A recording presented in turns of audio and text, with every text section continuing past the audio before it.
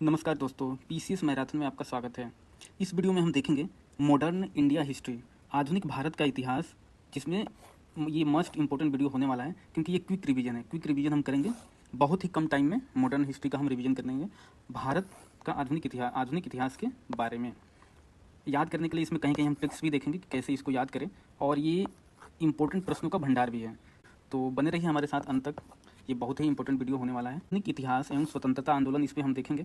सबसे पहले हम देखेंगे कि जो फॉरेनर आए थे इंडिया में, यूरोपीय व्यापारियों और कंपनियों का आगमन क्रम, कौन कौन पहले आए थे। तो सबसे पहले आए थे पुर्तगीज, पी डच आए थे, हॉलैंड वाले, हॉलैंड को भी डच बोलते हैं, ब्रिटिश या अंग्रेज ये आए थे, फिर डेनिश डेनमार्क वाले आए थे, फ्रांसीस आए थे, फिर सबसे अंत में स्वीडन वाले आए थे। तो ये हम याद रखेंगे कि सबसे पहले कौन कौन आए थे। तो पी से पुर्तगीज, डी से डच, ई से इंग्लिश, डी से डेनिश डेनमार्क और एफ से फ्रांसीस। इसमें फिर इनका कंपनियों, विदेशी कंपनियों का स्थापना क्रम थोड़ा सा इसमें चेंज हो जाएगा। इसमें क्या होगा कि डी जो है डी ई के पास आ जाएगा और ई पहले चला जाएगा। तो जो विदेशी कंपनियों का एस्टेब्लिश हुई थी ये हो जाएगा पुर्तगीज, ई से इंग्लिश, डी से डच, डी से डेनिश और एफ से फ्रांसीस। ये इंपॉर्टेंट है, कभी कभी आ जाता है कि क्रम में सजाओ कि यूरोपीय कंपनियां आगमन क्रम और स्थापना क्रम।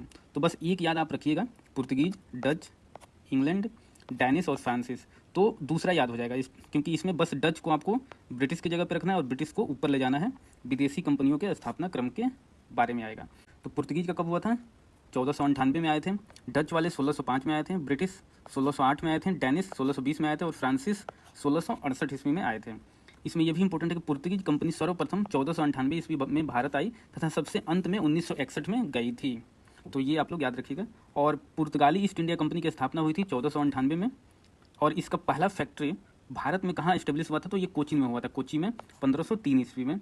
अंग्रेजी ईस्ट इंडिया कंपनी हुआ था 1600 ईस्वी में, ये इस्टेब्लिश हुआ था, और इनका पहला जो फैक्ट्री था इंडिया में सूरत था 1613 ईस्वी में। डच ईस्ट इंडिया कंपनी का ये 1602 में इस्टेब्लिश हुआ था और पहला इनका फैक्ट्री था मछलीपट्टनम 1620 में। डेनिश का जो डेनमार्क का, इनका 1616 ईस्वी में इस्टेब्लिश हुआ था कंपनी, और त्रावणकोर में इनका पहला फैक्ट्री था इंडिया में। फ्रांसिस का 1664 ईस्वी में, और सूरत में इनका पहला फैक्ट्री एस्टेब्लिश हुआ था 1668 में। स्वीडिश कंपनी है, ये जनरली नहीं पूछा जाता है लेकिन याद रखिएगा, ये 1731 में इस्टेब्लिश हुआ था इनका कंपनी, और चीन में इन्होंने केंद्र बनाया था। फिर देखते हैं पुर्तगालियों के बारे में शॉर्ट में थोड़ा सा। तो प्रथम पुर्तगाली जो था वो कौन आया था इंडिया में? प्रथम पुर्तगाली भी होगा और प्रथम यूरोपीय यात्री भी होगा। तो ये वास्को डिगामा है, ये आया था मई 1498 ईस्वी में। कहाँ पे आया था? ये कालीकट केरल नामक बंदरगाह पर पहुंचा था। और ये किसके निर्देश में आया था? इसको कौन गाइड किया था? तो ये नाम याद रखिएगा, अहमद इब्न मजीद। ये नाम बहुत ही इंपॉर्टेंट है। अहमद इब्न मजीद नामक गुजराती पथ प्रदर्शक की सहायता से ये कालीकाट पहुंचा था। और 1505 ईस्वी में फ्रांसिस्को डी अल्मीरा भारत में प्रथम पुर्तगाली वायसराय बनकर आया था। तो प्रथम पुर्तगाली वायसराय आएगा तो कौन है? Francisco de almirah. ये अल्मोड़ा से याद रखेगा, अल्मीरा पहला था, इसके बाद अल्बुकर्क, क्योंकि ये भी ऐसे तो कंफ्यूज हो जाता है। तो अल्मोड़ा से आप अल्मीरा याद रखिएगा कि पहला है, और अल्बुकर्क दूसरा है पुर्तगीज। और ये भी याद रखेगा कि बीजापुर के शासक यूसुफ आदिल शाह से गोवा छीन लिया था। कब? 1510 ईस्वी में इसने गोवा छीन लिया था। फिर देखते हैं फ्रांसीसी जो थे 1664 ईस्वी में फ्रांसीसी कंपनी की स्थापना में किसका सबसे ज़्यादा योगदान है? ये आता है एग्जाम में। तो कॉलबॉट, क्या नाम है इसका? कॉलबॉट के प्रयासों से फ्रांस के सम्राट लुई 14वें के शासनकाल में हुआ था। ये आता है एग्जाम में कि किसके शासनकाल में हुआ था? तो सम्राट लुई 14वें के शासनकाल में, और सबसे ज़्यादा योगदान कॉलबॉट का रहा है। फ्रेंच ईस्ट इंडिया कंपनी को कंपेन देश इंडेस ओरिएंटल नाम से जाना गया। फ्रांसीसियों का प्रथम फ्रांसीसी गवर्नर कौन था? तो फ्रेको मार्टिन था। ये याद रखिएगा, पहला फ्रांसीसी गवर्नर कौन था इंडिया में? तो फ्रेको मार्टिन था। 1673 ईस्वी में फ्रांसीसी कंपनी के गवर्नर फ्रैंक मार्टिन ने वेलिकोडपुरम के सूबेदार सिरंखा लोदी से पुद्दुचेरी नामक गांव प्राप्त किया, जिसे कालांतर में पौंडीचेरी कहा गया। और ये आता है वांडीवास का युद्ध किसके किसके बीच हुआ है? तो वांडीवास का युद्ध हुआ है अंग्रेजों और फ्रांसीसी के बीच में हुआ है। इसमें फ्रांस हार गए थे, अंग्रेज जीत गए थे। तो वांडीवास का युद्ध कब हुआ था? 1760 में हुआ था, और इसमें अंग्रेज सेनापति कौन था? जनरल आयर कोट था। और कर्नाटक का युद्ध अंग्रेज एवं फ्रांसीसियों के बीच, ये भी आता है। कर्नाटक का युद्ध किसके किसके बीच लड़ा गया? तो अंग्रेज और फ्रांसीसी के बीच लड़ा गया। अंग्रेज के बारे में देखते हैं। 1599 ईस्वी में स्थल मार्ग से भारत आने वाला प्रथम अंग्रेज कौन था? जॉन मिल्डन हॉल था। ये याद रखिएगा, पहला अंग्रेज कौन था? तो जॉन मिल्डन हॉल, नाम याद रखिएगा। 31 दिसंबर 1600 ईस्वी में ब्रिटेन के महारानी एलिजाबेथ प्रथम ने the governor and company of merchant of London trading into the East Indies को पूर्व से व्यापार हेतु 15 वर्षों के लिए व्यापारिक अधिकार प्रदान किए। 1609 ईस्वी में जेम्स प्रथम ने इसे अनिश्चित काल के लिए बढ़ा दिया। ये इंपॉर्टेंट है। 1608 ईस्वी में ब्रिटेन के राजा जेम्स प्रथम का दूत आया था। पहला दूत कौन था? Captain Hawkins. ये सम्राट अकबर के नाम पत्र लेकर जहांगीर के दरबार में आगरा पहुंचा था। तो पहला कौन था? जहांगीर के दरबार में आया था आगरा में। फिर दूसरा आया 1615 ईस्वी में टॉमस रो। ये ब्रिटेन का राजदूत के रूप में जहांगीर के दरबार में कहाँ पहुंचा था? तो ये आया था अजमेर में। ये याद रखिएगा, ये अजमेर में आया था। ये जहांगीर, ये पहला जो आया था आगरा में आया था, दूसरा अजमेर में आया था। 1661 ईस्वी में इंग्लैंड के सम्राट चार्ल्स द्वितीय का विवाह हो जाता है पुर्तगाली राजकुमारी कैथरीन से। किससे होता है? पुर्तगाली राजकुमारी कैथरीन से। फलस्वरूप चार्ल्स को बम्बई उपहार के रूप में प्राप्त होता है। ईस्ट इंडिया कंपनी ने 1668 ईस्वी में 10 पाउंड प्रति वर्ष किराए पर चार्ल्स द्वितीय से बम्बई को प्राप्त करता है। ब्रिटिशर को बम्बई प्राप्त हुआ था तो 1661 ईस्वी में। फिर हम देखते हैं यहाँ प्लासी का युद्ध। प्लासी का युद्ध कब हुआ था? ये 1757 ईस्वी में हुआ था, 13 जून 1757 ईस्वी में। और किसके मध्य लड़ा गया था? ये बंगाल के नवाब सिराजुद्दौला और अंग्रेज का सेनापति था कौन? Robert Clive. इनके बीच होता है। ये बहुत ही इंपॉर्टेंट है, इसमें सारे इंपॉर्टेंट है, क्विक रिवीजन चल रहा है तो आप लोग अंत तक बने रहिए। इसमें क्या होता है? अंग्रेज जीत जाते हैं, अंग्रेज जीतते हैं और इसमें भारत में ब्रिटिश साम्राज्य की नींव रखी गई। तो आता है क्वेश्चन कि भारत में ब्रिटिश साम्राज्य की नींव किस युद्ध के परिणाम स्वरूप हुई? तो प्लासी का युद्ध होता है। फिर आता है बक्सर का युद्ध। इससे क्या होता है? इनकी नींव जम गई, मतलब अंग्रेजों की भारत में वास्तविक सत्ता स्थापित हो जाती है। किस युद्ध के चलते? बक्सर का युद्ध। ये होता है 22 अक्टूबर 1764 ईस्वी में होता है। और किनके मध्य होता है? बंगाल के नवाब है मीर कासिम, अवध के नवाब शुजाउद्दौला तथा दिल्ली के मुगल सम्राट शाह आलम द्वितीय। ये तीनों एक साथ रहते हैं, फिर अंग्रेजों के अगेंस्ट होती है। और इस समय अंग्रेजों का सेनापति है हेक्टर मुनरो। ये याद रखिए कौन सेनापति है? Hector Munro. और 3 लोग कौन है? मीर कासिम, अवध का नवाब है शुजाउद्दौला और दिल्ली का सम्राट शाह आलम द्वितीय। ये भी याद रखिएगा, इस समय दिल्ली का सम्राट कौन था? शाह आलम द्वितीय था। इस युद्ध के बाद 2 संधि होती है, ये याद रखिएगा, इलाहाबाद की प्रथम संधि और इलाहाबाद की द्वितीय संधि। तो प्रथम संधि कब किससे होती है? राजा से। राजा मतलब जो मुगल सम्राट है उससे। तो शाह आलम द्वितीय से होती है, ये 12 अगस्त 1765 को होता है। और द्वितीय संधि शुजाउद्दौला से होता है, ये 16 अगस्त 1765। ये डेट भी इंपॉर्टेंट है क्योंकि आ जाता है कब हुआ था, 12 अगस्त को या 16 अगस्त को, तो याद रखिएगा। फिर हम चलते हैं कर्नाटिक युद्ध पे। कर्नाटिक युद्ध किसके किसके बीच लड़ा गया था? अंग्रेजों और फ्रांसीसी के बीच। पहला युद्ध हुआ था 1746 से 1748 तक। ये प्रमुख कारण इसका क्या था? ऑस्ट्रिया के उत्तराधिकारी का युद्ध था। और इसमें कौन सी संधि होती है? एक्सला सेपल की संधि होती है 1748 में। और ये इस युद्ध का परिणाम क्या होता है? और अनिर्णित रहता है, कोई भी परिणाम नहीं निकलता है। दूसरा है जो कर्नाटक युद्ध है 1749 से 54 के बीच चलता है। ये कर्नाटक के उत्तराधिकार का युद्ध होता है, प्रमुख कारण। और इसमें पौंडीचेरी की संधि होती है 1755 में और इसमें अंग्रेज मजबूत स्थिति में रहते हैं। तीसरा होता है 1758 से 63 तक। ये सप्तवर्षीय युद्ध और औपनिवेशिक कारण इसका होता है। और इसमें पेरिस की संधि होती है 1763 में और इसमें फ्रांस की पराजय होती है, अंग्रेज जीत जाते हैं। तो ये याद रखिएगा। एक्सला चैपल किसमें होता है? प्रथम युद्ध में। पौंडीचेरी का संधि होता है एग्रीमेंट द्वितीय में, पेरिस का तृतीय में। तो ये याद रखिएगा, एक्स पांडे का पेरिस।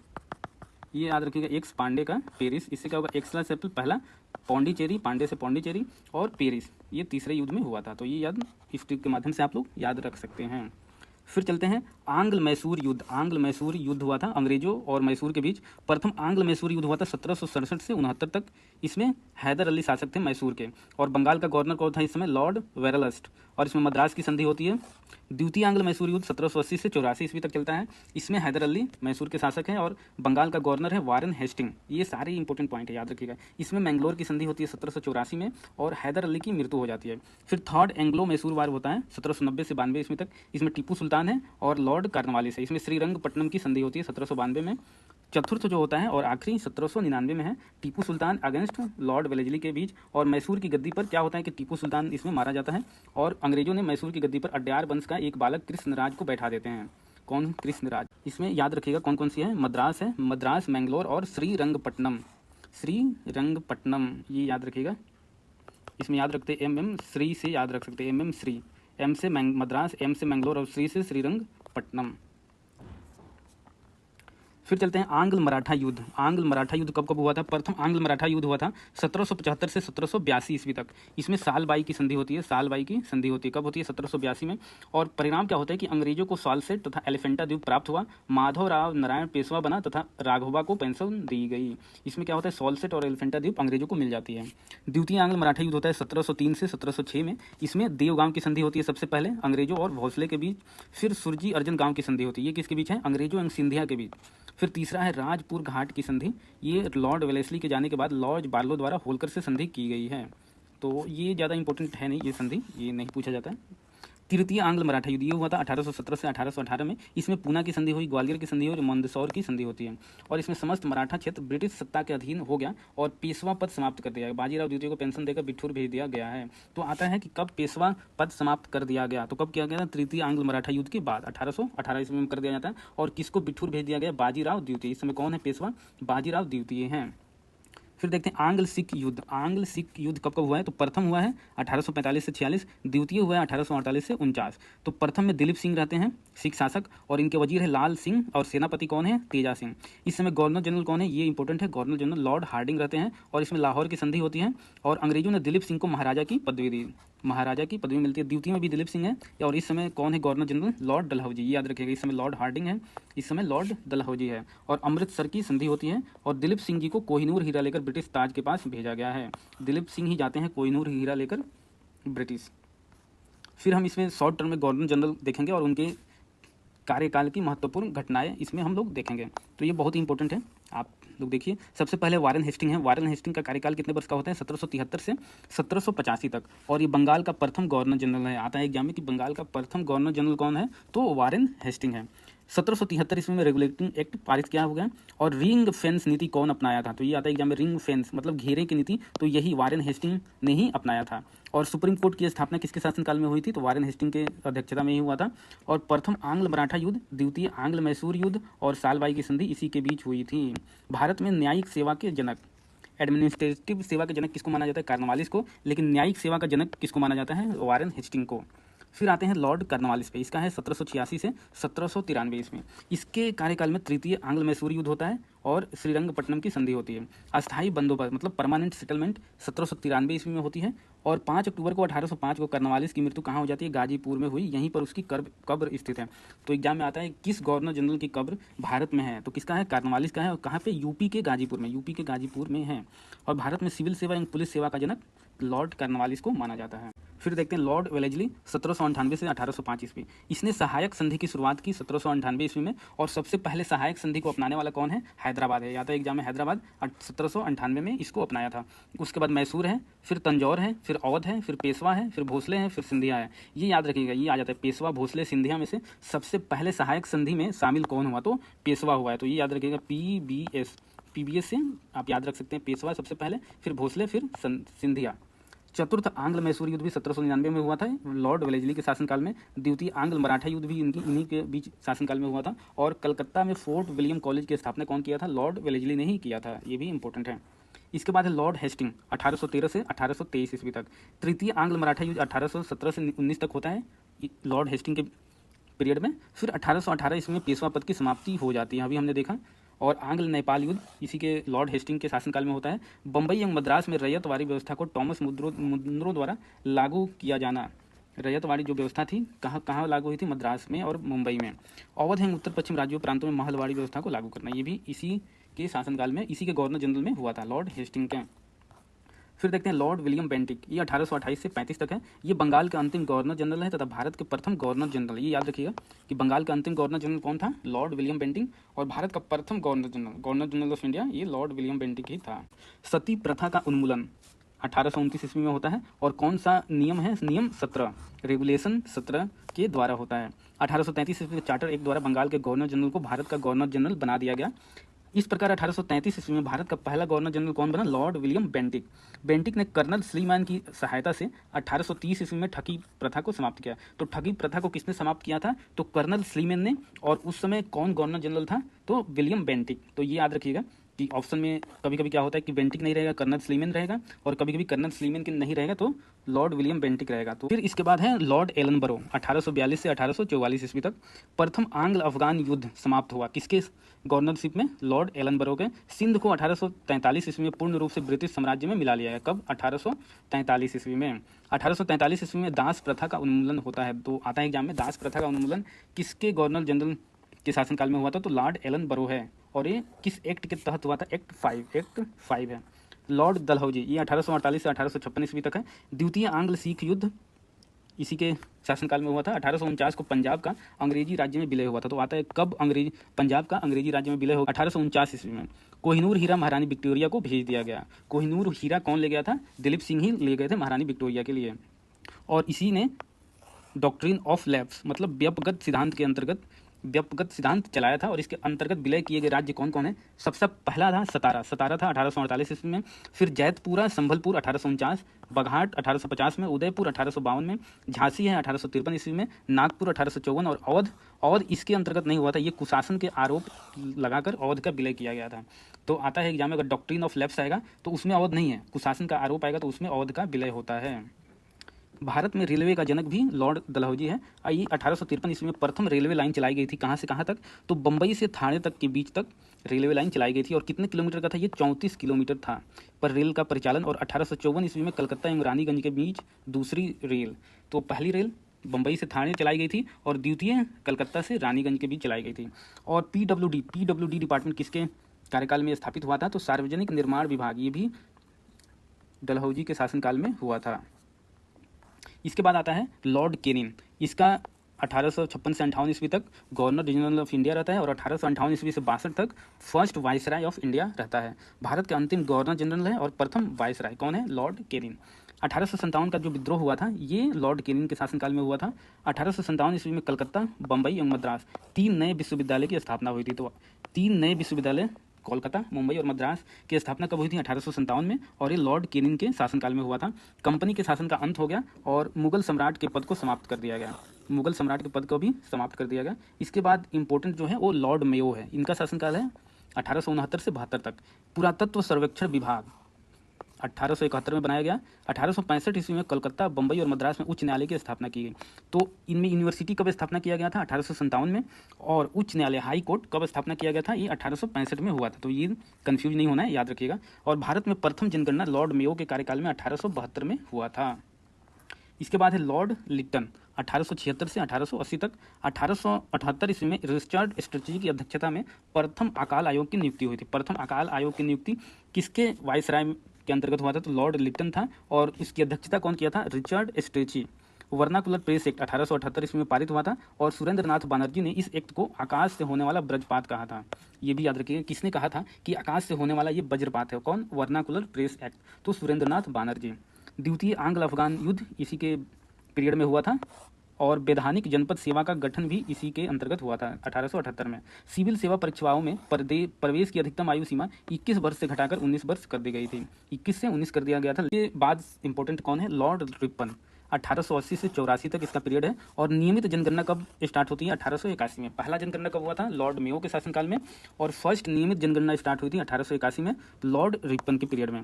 स्थानीय स्वशासन संबंधी प्रस्ताव पारित हुआ 1882 में। तो एग्जाम में आता है कि स्थानीय स्वशासन का जनक किसे माना जाता है? तो लॉर्ड रिपन को माना जाता है, इसलिए रिपन को स्थानीय स्वशासन का जनक कहा गया। विलियम हंटर की अध्यक्षता में 1882 ईस्वी में शिक्षा आयोग का गठन होता है जो प्राथमिक शिक्षा से संबंधित है। ये आता है विलियम हंटर की अध्यक्षता में जो शिक्षा आयोग का गठन किया गया था वो किससे रिलेटेड है? तो किससे रिलेटेड है? ये प्राथमिक शिक्षा से रिलेटेड है। और वर्नाकुलर प्रेस एक्ट जो पास हुआ था लिट्टन के टाइम में, वो इसके टाइम में समाप्त कर दिया जाता है 1882 ईस्वी में। 2 फरवरी 1883 ईस्वी में यूरोपियों के विरुद्ध भारतीय न्यायाधीशों द्वारा मुकदमे की सुनवाई के लिए प्रस्तावित इल्बर्ट बिल विवाद हुआ। यह श्वेत विद्रोह के नाम से प्रसिद्ध है। इल्बर्ट बिल भी आता है किसके पीरियड में हुआ था? रिपन के टाइम में हुआ था। इसमें क्या था कि यूरोपीय के विरुद्ध भारतीय न्यायाधीश द्वारा मुकदमे की सुनवाई, लेकिन बाद में इल्बर्ट बिल को फिर से हटा दिया गया था विवाद के चलते। इसके बाद डफर है, लॉर्ड डफरिन। इसको डफर से आप लोग याद रखिएगा क्योंकि इसी टाइम आपका भारतीय राष्ट्रीय कांग्रेस की स्थापना हुई थी। किसके कार्यकाल में हुआ था ये? भारतीय राष्ट्रीय कांग्रेस, इंडियन नेशनल कांग्रेस की स्थापना डफरिन के शासनकाल में हुआ था। और इस समय कौन थे? ई.ओ. ह्यूम के द्वारा ये स्थापना किया गया था भारतीय राष्ट्रीय कांग्रेस का 1885 में। 1887 ईस्वी में डफरिन के कार्यकाल में इलाहाबाद विश्वविद्यालय की स्थापना कब हुई है? 1887 में। फिर देखेंगे लॉर्ड कर्जन 1899 से 1905 ईस्वी तक इसका पीरियड है। और इसमें क्या होता है? अकाल आयोग, द्वितीय अकाल आयोग का गठन होता है लॉर्ड कर्जन के टाइम में। ये 1900 ईस्वी में होता है। इसके अध्यक्ष कौन है? सर एंटनी मैकडोनाल्ड हैं। फिर 1901 ईस्वी में सिंचाई आयोग की स्थापना होती है। इसके अध्यक्ष कौन है? Sir Carlin Scott मॉनक्रिफ। 1901 ईस्वी में रेलवे आयोग की स्थापना होती है और इसका अध्यक्ष है टॉमस रॉबर्टसन। 1902 ईस्वी में पुलिस आयोग की स्थापना होती है और इसका एंड्रू फ्रेजर है अध्यक्ष। 1902 ईस्वी में विश्वविद्यालय आयोग किसके अध्यक्षता में होती है? ये सर टॉमस रेले की अध्यक्षता में होती है। तो ये पांचों बहुत ही इंपॉर्टेंट है, आप लोग याद रखिएगा। 19 जुलाई 1905 ईस्वी को कर्जन ने शिमला में बंगाल विभाजन की घोषणा की तथा सितंबर 1905 में ब्रिटिश सम्राट ने इसकी स्वीकृति दी। ये एग्जाम में आता है कि कर्जन ने कहाँ से बंगाल विभाजन की घोषणा की थी, तो कब किया था? 19 जुलाई, डेट भी इंपॉर्टेंट है, 19 जुलाई 1905 को। और शिमला से, इसने शिमला से, क्योंकि शिमला भी गर्मियों में राजधानी थी ब्रिटिश इंडिया की, तो शिमला से इसने बंगाल विभाजन की घोषणा की थी। लॉर्ड मिंटो द्वितीय, ये 1905 से 1910 का टाइम पीरियड है। 1907 में सूरत अधिवेशन में कांग्रेस का विभाजन होता है और मार्ले मिंटो सुधार के तहत पहली बार मुसलमानों के लिए पृथक मताधिकार तथा पृथक निर्वाचन क्षेत्रों की स्थापना की गई है। ये याद रखिएगा, पहली बार किसके लिए हुआ था? मुसलमानों के लिए। और उस समय वायसराय कौन था? लॉर्ड मिंटो द्वितीय। फिर लॉर्ड हार्डिंग द्वितीय आता है 1910 से 1916 तक। दिल्ली दरबार में बंगाल विभाजन रद्द करने की घोषणा की गई तथा राजधानी कलकत्ता से दिल्ली स्थानांतरित करने की घोषणा की गई। कब? 1911 में स्थानांतरित करने की घोषणा किया गया था और बंगाल विभाजन रद्द कर दिया गया था। 1912 में दिल्ली भारत की राजधानी बनी। ये आता है कि दिल्ली भारत की राजधानी कब बनी? तो 1912 में। और इसकी घोषणा कब की गई थी? 1911 में किया गया था। 23 दिसंबर 1912 को दिल्ली में लॉर्ड हार्डिंग पर बम फेंका गया। इस कांड में भाई बाल मुकुंद को फांसी की सजा दी गई थी।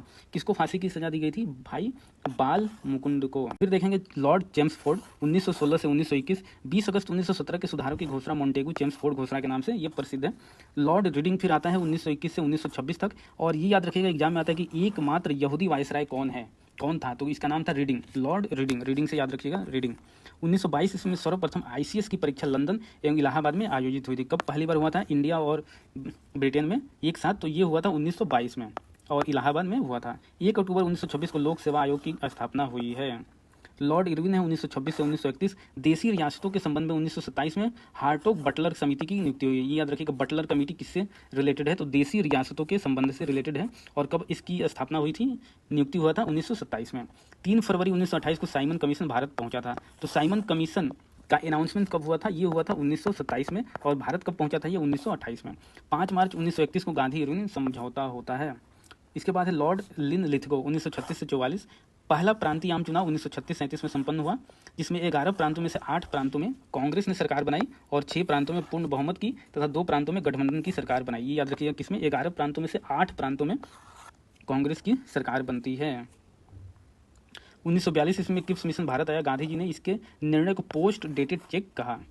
8 अगस्त 1942 को भारत छोड़ो आंदोलन अगस्त क्रांति प्रारंभ हुआ, जिसमें करो या मरो का नारा दिया गया। तो ये याद रखिए, कब क्विट इंडिया मूवमेंट स्टार्ट होता है? तो 8 अगस्त 1942 को। लॉर्ड वेबल, इनका टाइम पीरियड है 1944 से 1947। और शिक्षा सुधार हेतु सर्जेंट योजना 1944 ईस्वी में घोषणा की गई। वेबल योजना 1945 ईस्वी में प्रस्तुत किया गया। और 20 फरवरी 1947 को ब्रिटिश प्रधानमंत्री हैं लॉर्ड क्लीमेंट एटली ने घोषणा की भारत को जून 1948 तक सत्ता सौंप देंगे। ये पहली बार जब अनाउंसमेंट हुआ था, तो कब हुआ था भारत की आज़ादी के लिए? कि जून 1948 में आज़ाद किया जाएगा। लेकिन बाद में कुछ कंडीशन ऐसे बने कि 1947 में इनको आज़ाद करना पड़ा। लॉर्ड माउंटबेटन 1947 से 48। लॉर्ड माउंटबेटन ब्रिटिश भारत के अंतिम गवर्नर जनरल एवं वायसराय थे तथा स्वतंत्र भारत के प्रथम गवर्नर जनरल बने। याद रखिएगा कि ब्रिटिश भारत के लास्ट गवर्नर जनरल थे और इंडिया स्वतंत्र भारत के भी प्रथम गवर्नर जनरल लॉर्ड माउंटबेटन थे। 3 जून 1947 को माउंटबेटन योजना घोषित हुई, जिसमें भारत विभाजन की रूपरेखा थी। कब? 3 जून 1947 को। और स्वतंत्र भारत के प्रथम गवर्नर जनरल लॉर्ड माउंटबेटन नियुक्त हुए। इसके बाद है भारत के जो एकमात्र गवर्नर जनरल हुए, वो कौन हुए? सी राजगोपालचारी। इनका 1948 से 50 तक है। और भारत के अंतिम गवर्नर जनरल तथा स्वतंत्र भारत के प्रथम भारतीय गवर्नर जनरल थे ये। फिर हम देखेंगे कि ब्रिटिश कालीन में जो भू राज व्यवस्था हुई, लैंड सेटलमेंट सिस्टम जो हुई, 3 चलाई गई थी। ये है अस्थाई बंदोबस्त, जमींदारी बंदोबस्त, जिसको परमानेंट सेटलमेंट भी बोलते हैं, परमानेंट सेटलमेंट भी बोलते हैं। एक है रैयतवाड़ी है और एक महलवाड़ी है। तो ये बहुत ही इंपॉर्टेंट है। ये जो चलाया था परमानेंट सेटलमेंट, ये 1793 में चलाया गया था। और इस समय कौन गवर्नर जनरल था? Lord Cornwallis. और ये कहाँ कहाँ लागू हुआ था? तो बंगाल, बिहार, उड़ीसा, उत्तर प्रदेश, बनारस खंड और उत्तरी कर्नाटक में लागू हुआ था। ये याद रखिएगा कि साउथ में आ जाता है कि परमानेंट सेटलमेंट कहाँ लागू हुआ था, तो ये नॉर्थ कर्नाटक में लागू हुआ था। और ये टोटल परसेंटेज जो था ब्रिटिश भारत का, कितने परसेंटेज पे? तो 19% पे ये लागू किया गया था। इसमें भूमि अधिकृत जमींदारों को दी गई थी और ब्रिटिश सरकार को राजस्व देने की जिम्मेदारी किसकी थी? ये जमींदार को सौंपी गई थी। फिर दूसरा है रैयतवाड़ी, ये 1820 में है। और ये कौन स्टार्ट किया था? टॉमस मुनरो और रीड भी आता है, रीड। ये मुंबई, मद्रास और असम में लागू किया गया था। ये ब्रिटिश भारत का 51% विभाग पे था, भूभाग पे था। भूमि का मालिक कौन होता था इसमें? किसान होता था, और ब्रिटिश सरकार को राजस्व देने की जिम्मेदारी किसानों की ही थी। फिर यह है महलवारी, ये 1822 ईस्वी में लागू होता है। इसके जो जनक थे वो हाल्ट मैकेंजी थे, और ये उत्तर प्रदेश, मध्य प्रांत और पंजाब में लागू किया जाता है। ये 30% भूभाग पे लागू किया जाता है। तो आता है कि सबसे ज़्यादा भूभाग पे कौन था? तो रैयतवाड़ी था 51%, परमानेंट सेटलमेंट 19% और 30% पे कौन था? महलवाड़ी। इस पर भूमि पर गाँव का अधिकार था, एक एक गाँव को भूमि दिया गया था, और ब्रिटिश सरकार को राजस्व देने की जिम्मेदारी गाँव के मुखिया की होती थी।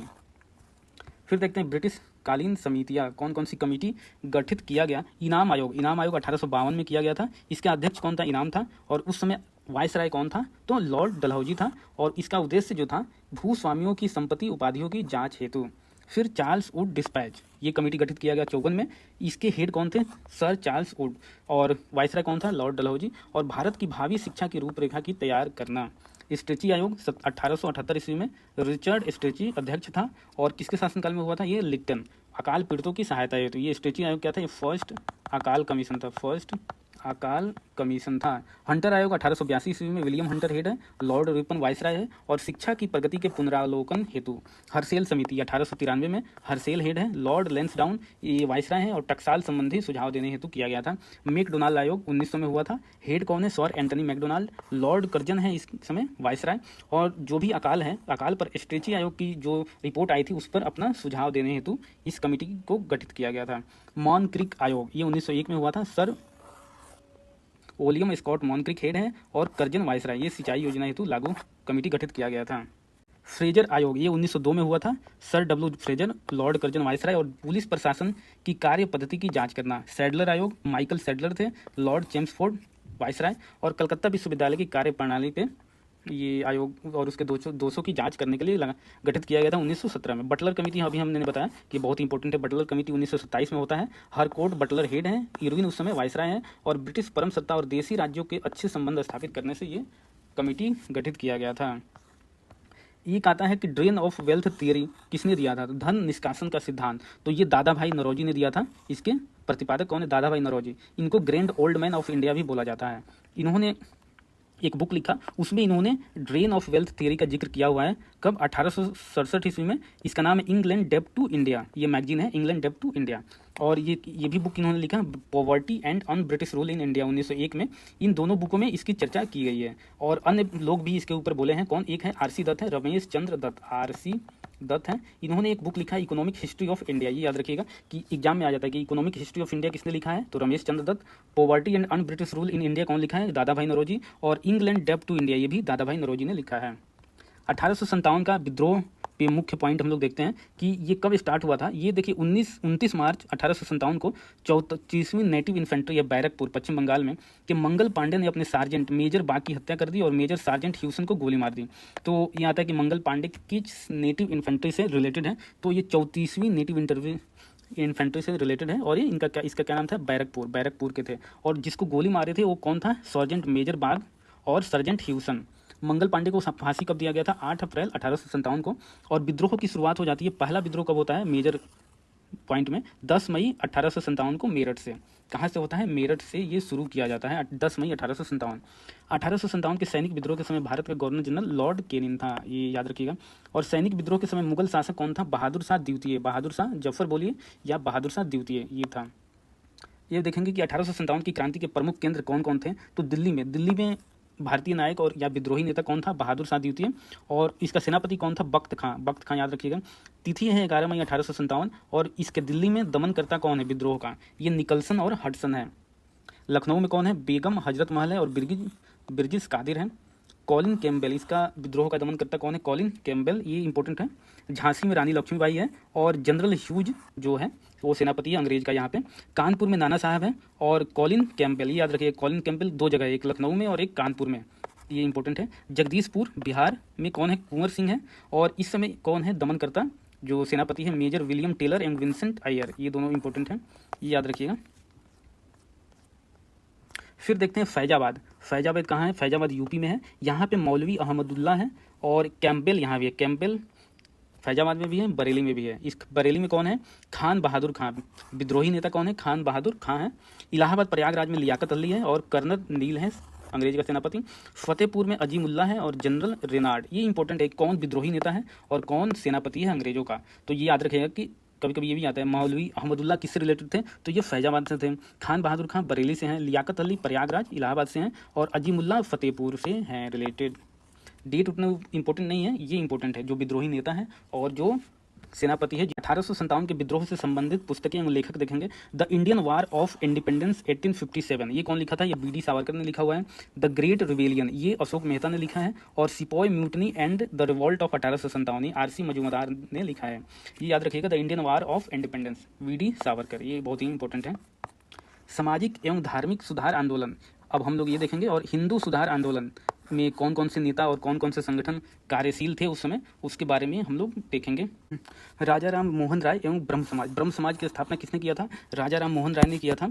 और इनका जन्म कब हुआ था, राजा राम मोहन राय का 1772 ईस्वी में हुआ था, बंगाल में हुआ था। कि राजा राम मोहन राय को राजा की उपाधि किसने दिया था, तो ये मुगल शासक उस समय था अकबर द्वितीय ने इनको राजा की उपाधि दिया था। युगदूत की उपाधि सुभाष चंद्र बोस द्वारा दिया गया था। संवैधानिक आंदोलन के जनक, ये सुरेंद्रनाथ बनर्जी के द्वारा दिया गया था। भारतीय नवजागरण के अग्रदूत, ये आता है एग्जाम में, भारतीय नवजागरण के अग्रदूत किसे माना जाता है, तो ये राजा राम मोहन राय को माना जाता है। और आधुनिक भारत के पिता भी इनको बोला जाता है। भारतीय राष्ट्रवाद के जनक, नव प्रभात का तारा, अतीत एवं भविष्य के मध्य सेतु, भारतीय जागृति के जनक, नए भारत का मसीहा, प्रथम आधुनिक पुरुष एवं युग पुरुष आदि सम्मान प्राप्त हुआ। ये इतने इनकी दिए गए हैं उपाधि, ये नाम याद रखिएगा। इन्होंने कौन कौन सी पत्रिका और पत्रिकाएं इन्होंने लॉन्च किया, तो संवाद कौमुदी इन्होंने लिखा है, राजा राम मोहन राय बांग्ला में। मिरात उल अखबार, ये अंग्रेजी और फारसी में लिखा हुआ है। और ब्रह्मनिकल मैगजीन, ये भी इन्होंने लिखा है। इनकी प्रमुख पुस्तकें रचनाएं हैं। तुहफात उल मुआवदीन, एकेश्वरवादियों का उपहार, ये 1809 ईस्वी में फारसी भाषा में प्रकाशित हुआ था। प्रीसेप्ट ऑफ जीसस, इन्होंने ही लिखा है। और इनके द्वारा स्थापित संस्थाएं हैं, वेदांत सोसाइटी 1816 ईस्वी में कोलकाता में, आत्मीय सभा 1814 से 15 में कोलकाता में, हिंदू कॉलेज 1817 में कलकत्ता में हुआ था। और इसमें डेविड हेयर की प्रमुख भूमिका थी। किस अंग्रेज की थी, डेविड हेयर की, हिंदू कॉलेज की स्थापना में। वेदांत कॉलेज 1825 में होता है कलकत्ता में। और ब्रह्म समाज 1828 ईस्वी में होता है, ये याद रखिएगा। आत्म सभा 1814-15 में और ब्रह्म सभा 1828 ईस्वी में होती है। अब स्वामी दयानंद सरस्वती का देखेंगे, जिन्होंने आर्य समाज की स्थापना की थी। इनका जन्म जो होता है वो गुजरात में हुआ है। बचपन का नाम इनका क्या है, दयानंद सरस्वती का मूल शंकर। आर्य समाज 1875 ईस्वी में मुंबई में स्थापना की जाती है। इनका नारा क्या था, वेदों की ओर लौटो, भारत भारतीयों के लिए है। स्वराज शब्द का प्रथम प्रयोग कौन किया था, दयानंद सरस्वती ने किया था। और भारत का मार्टिन लूथर किसको बोला जाता है, दयानंद सरस्वती को बोला जाता है। सुधारात्मक कार्य, वेदों का पुनरुत्थान किया, वैदिक धर्म की पुनः स्थापना, सामाजिक धार्मिक कुरीतियों का प्रबल विरोध। आंदोलन इसमें उन्होंने चलाया, शुद्धि आंदोलन चलाया इन्होंने, गौ रक्षा आंदोलन चलाया। डांडी स्वामी पूर्णानंद ने ही मूल शंकर का नाम स्वामी दयानंद सरस्वती रखा था। तो कौन रखा था, स्वामी पूर्णानंद ने रखा था। इनकी प्रमुख रचनाएं कौन सी है, सत्यार्थ प्रकाश, ये संस्कृत में, किसमें लिखा गया है, संस्कृत में। और पाखंड खंडन, ये अद्वैत मत का खंडन इसमें इन्होंने किया है। सत्यार्थ प्रकाश को आर्य समाज का बाइबिल कहा जाता है। आर्य समाज का बाइबिल किसे कहा जाता है, सत्यार्थ प्रकाश को। और सत्यार्थ प्रकाश में स्वामी जी ने लिखा है कि बुरे से बुरा देसी राज्य अच्छे से अच्छा विदेशी राज्य से बेहतर है। ये याद रखिएगा, कौन कहा है, ये दयानंद सरस्वती ने कहा है। और किस में लिखा हुआ है, सत्यार्थ प्रकाश में। और दयानंद सरस्वती पहले व्यक्ति थे जिन्होंने हिंदी को राष्ट्रभाषा स्वीकार किया तथा स्वराज शब्द का प्रयोग किया। वेरी वेरी इंपॉर्टेंट है, कौन किया था, हिंदी को राष्ट्रभाषा, दयानंद सरस्वती। स्वामी विवेकानंद एवं रामकृष्ण मिशन, स्वामी विवेकानंद का जन्म कब हुआ था, 12 जनवरी 1863 ईस्वी में हुआ है कोलकाता में। बचपन का नाम है इनका नरेंद्र नाथ दत्त, पिता विश्वनाथ दत्त हैं, माता भुवनेश्वरी देवी। गुरु का नाम है रामकृष्ण परमहंस। और इन्होंने रामकृष्ण मिशन की स्थापना की थी 1897 में, बेलूर कोलकाता में किया था इन्होंने। अब हम देखेंगे हिंदू सामाजिक एवं धार्मिक आंदोलन एवं संगठन, ये संगठन किस वर्ष हुआ और उसके संस्थापक कौन थे, तो एशियाटिक सोसाइटी की स्थापना कब होती है, 1784 ईस्वी में, विलियम जोन्स के द्वारा। किसके द्वारा, विलियम जोन्स, ये कलकत्ता में होता है। युवा बंगाल आंदोलन 1826 में हेनरी लुई विवियन देरोजियो के द्वारा होता है कोलकाता में। ब्रह्म समाज 1828 में राजा राम मोहन के द्वारा कोलकाता में। तत्वबोधनी सभा 1839 में, और किसके द्वारा होता है, देवेंद्रनाथ टैगोर कोलकाता में। परमहंस मंडली, ये 1840 में होता है, गोपाल हरि देशमुख, ये याद रखिए कहाँ, मुंबई में आता है। परमहंस मंडली की स्थापना कहाँ हुई थी, मुंबई में हुई थी। रहनुमाई माजद्याजन सभा, ये दादा भाई नरोजी 1851 ईस्वी में मुंबई में। प्रार्थना समाज 1867 में डॉक्टर आत्माराम पांडुरंगा और एम.जी. रनाडे के नेतृत्व में होता है। पांडुरंगा और रनाडे, मुंबई में। आर्य समाज 1875 में होता है, स्वामी दयानंद सरस्वती के द्वारा, मुंबई में। थियोसॉफिकल सोसाइटी, इसका कब होता है, 1875 में। और इसके स्थापन करता है madam H.P. Blavatsky and colonel H.S. Olcott, ये याद रखिए, ये न्यूयॉर्क में होता है। और इसकी जो इंडिया में स्थापना होती है वो एनी बेसेंट के चलते होती है। डेक्कन एजुकेशनल सोसाइटी 1884 में जी अगरकर के द्वारा होता है, ये पूना में होता है। इंडियन नेशनल सोशल कॉन्फ्रेंस ये 1887 में होता है। 1887 में एमजी रनाडे के द्वारा मुंबई में। ये याद रखिएगा, सारे ही इंपॉर्टेंट हैं। कभी कभी क्रोनोलॉजी में पूछ देगा 4-5 उठा के कि क्रोनोलॉजी में सजाओ आप। देव समाज 1887 में शिव नारायण अग्निहोत्री के द्वारा लाहौर में होता है। ये याद रखिए कहाँ होता है, लाहौर। रामकृष्ण मिशन 1897 में स्वामी विवेकानंद के द्वारा बेलूर कोलकाता में। सर्वेंट्स ऑफ इंडिया सोसाइटी ये 1905 में है, गोपाल कृष्ण गोखले मुंबई में। पूना सेवा सदन ये 1909 में होता है, श्रीमती रामाबाई रनाडे के द्वारा पूना में। सोशल सर्विस लीग 1911 में एन जोशी के द्वारा मुंबई में। सेवा समिति 1914 में एच कुंजरू के द्वारा, ये इलाहाबाद जो प्रयागराज है यहाँ होता है। हिंदू महासभा की स्थापना होती है 1915 में मदन मोहन मालवीय जी के द्वारा, ये हरिद्वार में होता है। याद रखिएगा हरिद्वार में, ये नहीं कि बनारस, हरिद्वार में होता है। वीमेंस इंडियन एसोसिएशन 1917 में, इसके स्थापन करता है लेडी सदाशिव अय्यर। कौन है, लेडी सदाशिव अय्यर, मद्रास में। विश्व भारती 1921 में रविन्द्रनाथ टैगोर के द्वारा कोलकाता में। अब देखेंगे हम लोग निम्न जातियों आंदोलन एवं संगठन, जो निम्न जातियों के द्वारा किया गया है। ये है सत्य शोधक समाज, ये 1873 में होता है ज्योतिबा फूले जी के द्वारा महाराष्ट्र में। अरबी पूरम आंदोलन 1888 में श्री नारायण गुरु के द्वारा अरबी पूरम केरल में। श्री नारायण धर्म परिपालन योगम ये 1903 में होता है, श्री नारायण है। पद्मनाभम पल्पू एवं कुमार आसान ये केरला में होता है। डिप्रेस्ड क्लास मिशन सोसाइटी 1906 में बी.आर. सिंधे के द्वारा मुंबई में। ये याद रखिएगा कि depressed class mission society B R. Ambedkar ने नहीं किया था, इसको किया था बी.आर. सिंधे ने। बहुजन समाज 1910 में मुकुंदराव पाटिल के द्वारा होता है, सतारा महाराष्ट्र में। जस्टिस पार्टी बहुत ही इंपॉर्टेंट है, 1915-16 के राउंड किया जाता है। C.N. मुदालियार, T.M. नायर हैं और पी त्यागराज चैटी, ये मद्रास में होता है।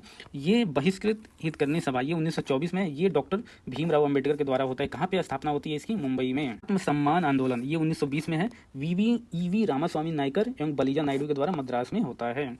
अब हम देखेंगे मुस्लिम सामाजिक धार्मिक आंदोलन। ये आंदोलन है दारुल उलूम अथवा देवबंद आंदोलन भी इसको बोलते हैं। ये यूपी में हुआ था 1866 में। ये मोहम्मद कासिम नानातोई एवं राशिद अहमद गंगोही ने किया था। कहाँ, देवबंद यूपी में है, ये यूपी में है। अलीगढ़ आंदोलन 1875 में होता है, सर सैयद अहमद खां के द्वारा, अलीगढ़ में यूपी में। अहमदिया आंदोलन कहाँ चलाया जाता है, ये 1889 और 90 में होता है, मियाँ मिर्जा गुलाम अहमद के द्वारा, और ये फरीदकोट में स्थापना किया जाता है। नदवातुल आंदोलन नदवाउल अलमेवा ये 1894-95 में होता है, मौलाना सिबुली नुमानी के द्वारा लखनऊ में होता है।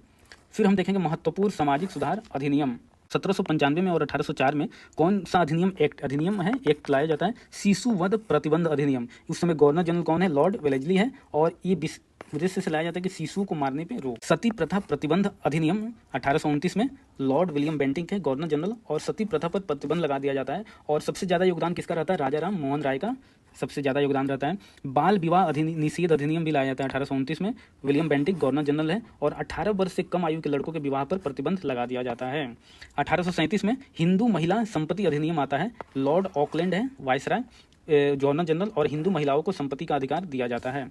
दास प्रथा प्रतिबंध अधिनियम कब आया, 1843 में, और लॉर्ड एलन बरो है गवर्नर जनरल, और दास प्रथा पर पूर्णतः प्रतिबंध लगा दिया जाता है। हिंदू विधवा पुनर्विवाह अधिनियम ये कब आता है, 1856 में है, लॉर्ड केनिन है उस समय गवर्नर जनरल ऑफ इंडिया, और विधवा विवाह को वैध ठहराया जाता है। और सबसे ज़्यादा योगदान किस हिंदू विधवा पुनर्विवाह में किसका है, ईश्वर चंद्र विद्यासागर का, याद रखिएगा ईश्वर चंद्र विद्यासागर। 1872 में नेटिव मैरिज एक्ट है, नॉर्थ बुक के द्वारा अंतरजातीय विवाह की वैधानिकता दी जाती है, और केशव चंद्र सेन का प्रयास इसमें सबसे ज़्यादा होता है। 1891 में आता है age of consent act, Lansdowne है वायसराय, और लड़की की सहमति की आयु 10 वर्ष से बढ़ाकर 12 वर्ष कर दी गई है, और इसमें सबसे ज़्यादा प्रयास किसका था, बहराम जी मालाबारी का। 1930 में शारदा एक्ट आता है लॉर्ड इरविन के टाइम में, और लड़कों के लिए विवाह की न्यूनतम आयु 18 वर्ष कर दी गई तथा कन्या की न्यूनतम आयु 14 वर्ष। ये आता है शारदा एक्ट में। लड़कों और लड़कियों की न्यूनतम आयु कितनी कर दी गई थी शादी के लिए, तो 18 और 14 किया गया था। बाल विवाह निषेध अधिनियम 1931 में भी आया था इरविन के टाइम में, और बाल विवाह को प्रतिबंध कर दिया गया था।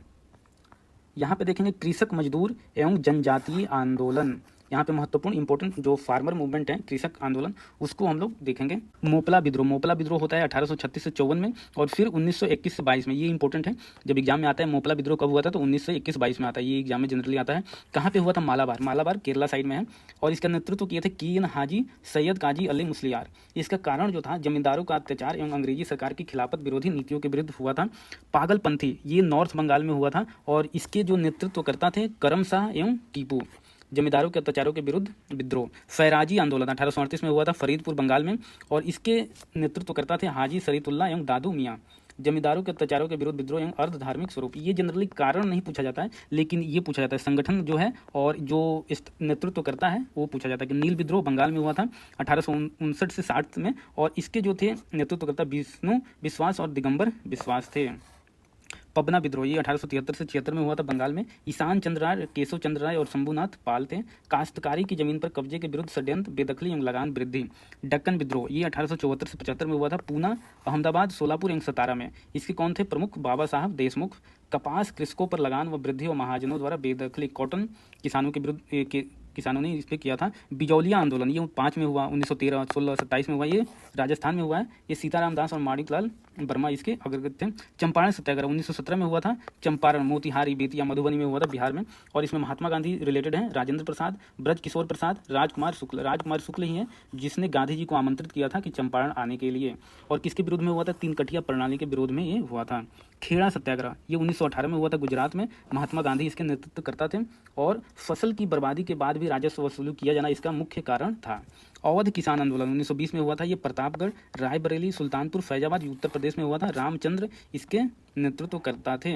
ईका आंदोलन ये 1921-22 में हुआ था। बाराबंकी, सीतापुर, हरदोई, बहराइच में हुआ था यूपी में, और मदारी पासी इसके नेतृत्व करता थे। बारदौली सत्याग्रह 1918 में हुआ था। सूरत का बारदौली तालुका, वल्लभ भाई पटेल इसके नेतृत्व करता थे, और इसी में महिलाओं ने बोला था इनको सरदार की उपाधि दिया था। तेभागा आंदोलन 1946 में बंगाल में हुआ था, कंपाराम भुवन सिंह के नेतृत्व में। भारत की स्वतंत्रता के पश्चात भूदान आंदोलन का नेतृत्व किसने किया था? तो विनोबा भावे ने किया था। ये आता है एग्जाम में, विनोबा भावे ने शुरू किया था। प्रमुख जनजाति विद्रोह देखें तो चुआर 1768 में राजा जगन्नाथ दुर्जन सिंह के नेतृत्व में झारखंड बंगाल में हुआ था। वघेरा विद्रोह 1818 से 20 तक, वघेरा सरदार बड़ौदा में हुआ था। और हो भी हुआ था राजा पराहत के नेतृत्व में, सिवहिंग छोटा नागपुर में झारखंड में। भील हुआ था खानदेश में, त्र्यंबकजी दंगलिया सेवरम के नेतृत्व में। खासी 1827 से 33 राजा तीरथ सिंह, मुकुंद सिंह और बारमानी के द्वारा होता है। खासी पहाड़ी असम वो मेघालय में। कोल विद्रोह जो होता है वो कब होता है? 1831 से 32 में, और इसमें नेतृत्व करता कौन है? बुद्धो भगत व गंगा नारायण। ये छोटा नागपुर में होता है झारखंड में। खोंड विद्रोह होता है। चक्र बिश्नोई राधा कृष्णन है, उड़ीसा में होता है। संथाल विद्रोह कब होता है? संथाल होता है 1855 से 56 के बीच में, और सिद्धू कान्नू एवं चांद भैरव इसके नेतृत्व करता है। ये चारों भाई हैं बिहार झारखंड एरिया में। अहोम 1828 से 33 में। गोमधर कुंवर है, असम और पूर्वोत्तर क्षेत्र में होता है। रंपा होता है आंध्र प्रदेश में, और अल्ली सीताराम राजू हैं। कब होता है? 1800 दो टाइम है, 1879 और 1922 से 24। मुंडा विद्रोह कब होता है? 1899 से 1900, बिरसा मुंडा के नेतृत्व में, छोटानागपुर में। ताना भगत 1920 से 30 में, जतरा भगत और बलराम भगत हैं। ताना भगत मूवमेंट ये 1914 में होता है, 1914 में है, छोटानागपुर में। जिया तरंग आंदोलन ये 1931 में होता है, मणिपुर में होता है, नाम याद रखिएगा। जेडोनाग और रानी गोदिनलू किससे रिलेटेड है? जिया तरंग आंदोलन से है। नागरिक एवं गैर आदिवासी विद्रोह ये कब हुआ था? सन्यासी विद्रोह हुआ है 1763 से लेकर 1800 तक ये चला है, और बंगाल बिहार में केना सरकार मंजर शाह द्विज नारायण के नेतृत्व में।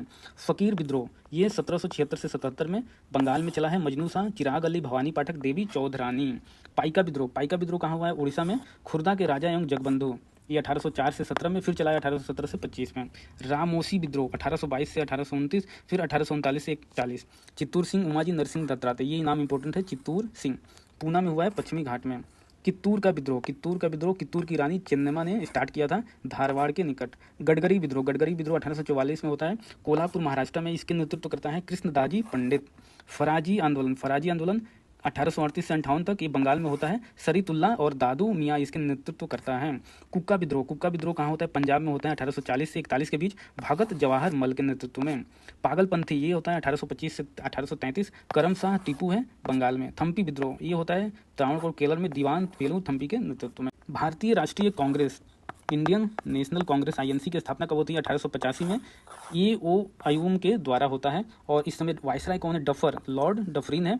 कांग्रेस का प्रथम अधिवेशन कब हुआ था? 28 दिसंबर 1885 को, बम्बई के गोकुल दास तेजपाल संस्कृत महाविद्यालय परिसर में। ये याद रखिएगा, ये पहले पूना में होने वाला था, लेकिन पूना में कुछ बीमारी फैल गई थी, प्लेग, उसके चलते इसको शिफ्ट किया गया। कहाँ? बम्बई में हुआ था। ये गोकुल दास तेजपाल संस्कृत महाविद्यालय में हुआ था।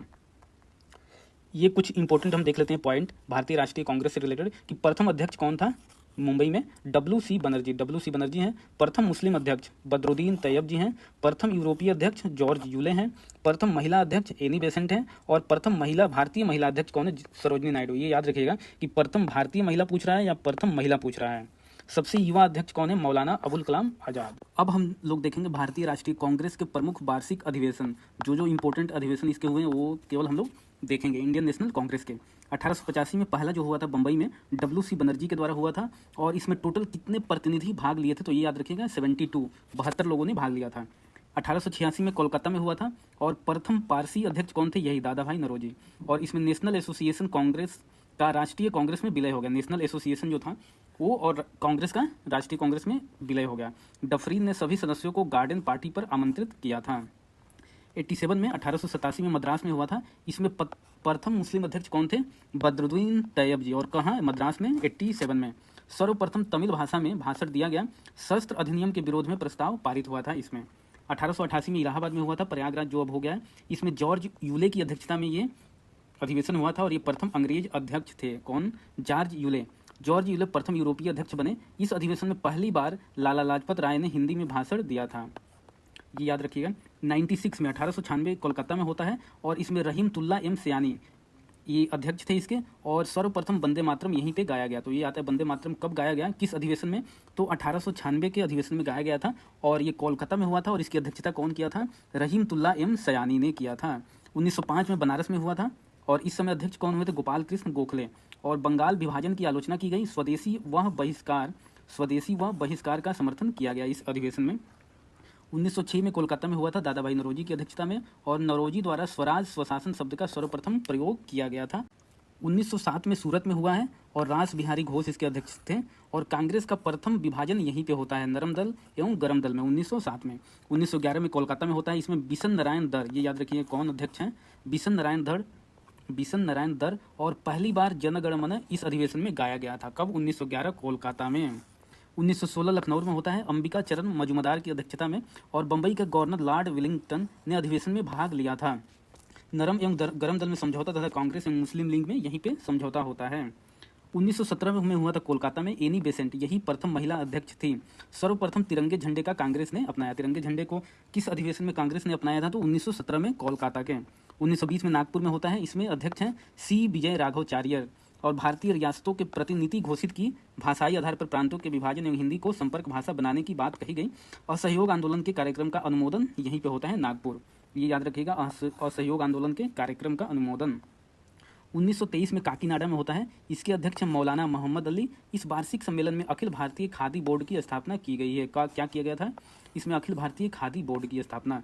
1924 में बेलगांव में हुआ था, कर्नाटक में, और यही एक सेशन था जिसमें महात्मा गांधी अध्यक्ष बनते हैं। बेलगांव कर्नाटक। एकमात्र कांग्रेस अधिवेशन की अध्यक्षता महात्मा गांधी ने की।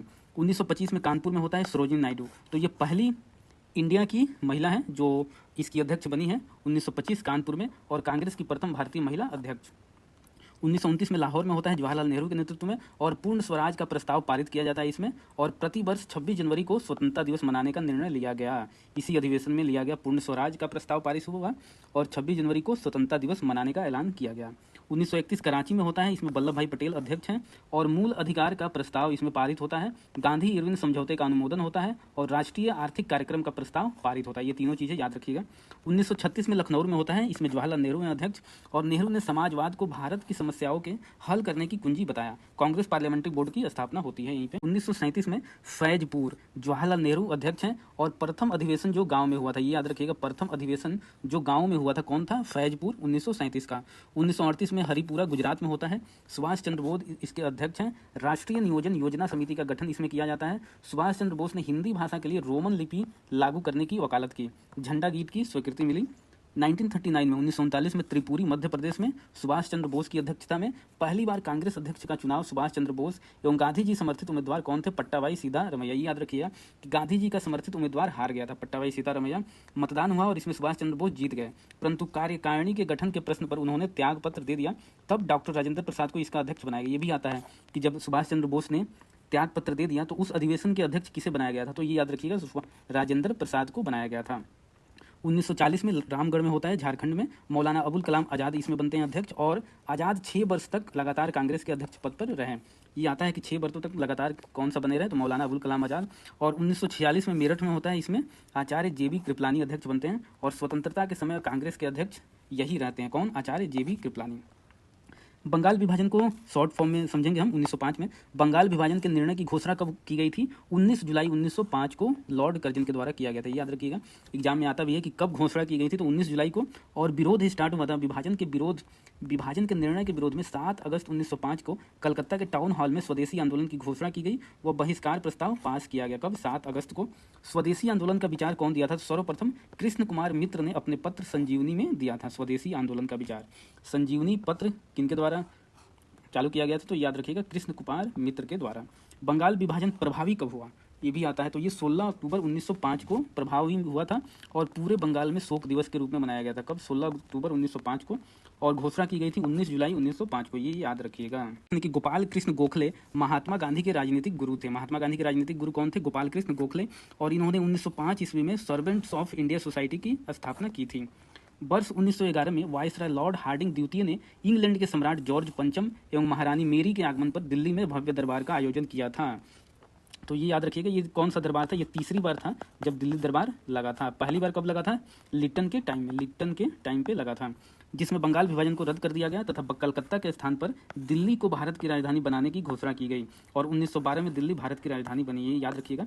मुस्लिम लीग का गठन हुआ था 1906 में। इसके बारे में कुछ इंपॉर्टेंट तथ्य देखेंगे कि मुस्लिम लीग का मुख्यालय कहाँ था? ये लखनऊ में बनाया गया था। आता है मुस्लिम लीग का मुख्यालय लखनऊ में। दिसंबर 1906 में ढाका के नवाब सलीमुल्लाह खान के निमंत्रण पर ढाका में अखिल भारतीय मुस्लिम शैक्षणिक सम्मेलन संपन्न हुआ था। और सम्मेलन में सलीमुल्लाह ने अखिल भारतीय मुस्लिम लीग के गठन का प्रस्ताव पेश किया था। और इसका पहला अध्यक्ष कौन था? इसका पहला अध्यक्ष था आगा खां। ये याद रखिएगा, कौन बनाया था मुस्लिम लीग को? तो नवाब सलीमुल्लाह। और पहला अध्यक्ष आगा खां। ये दोनों नाम याद रखिएगा।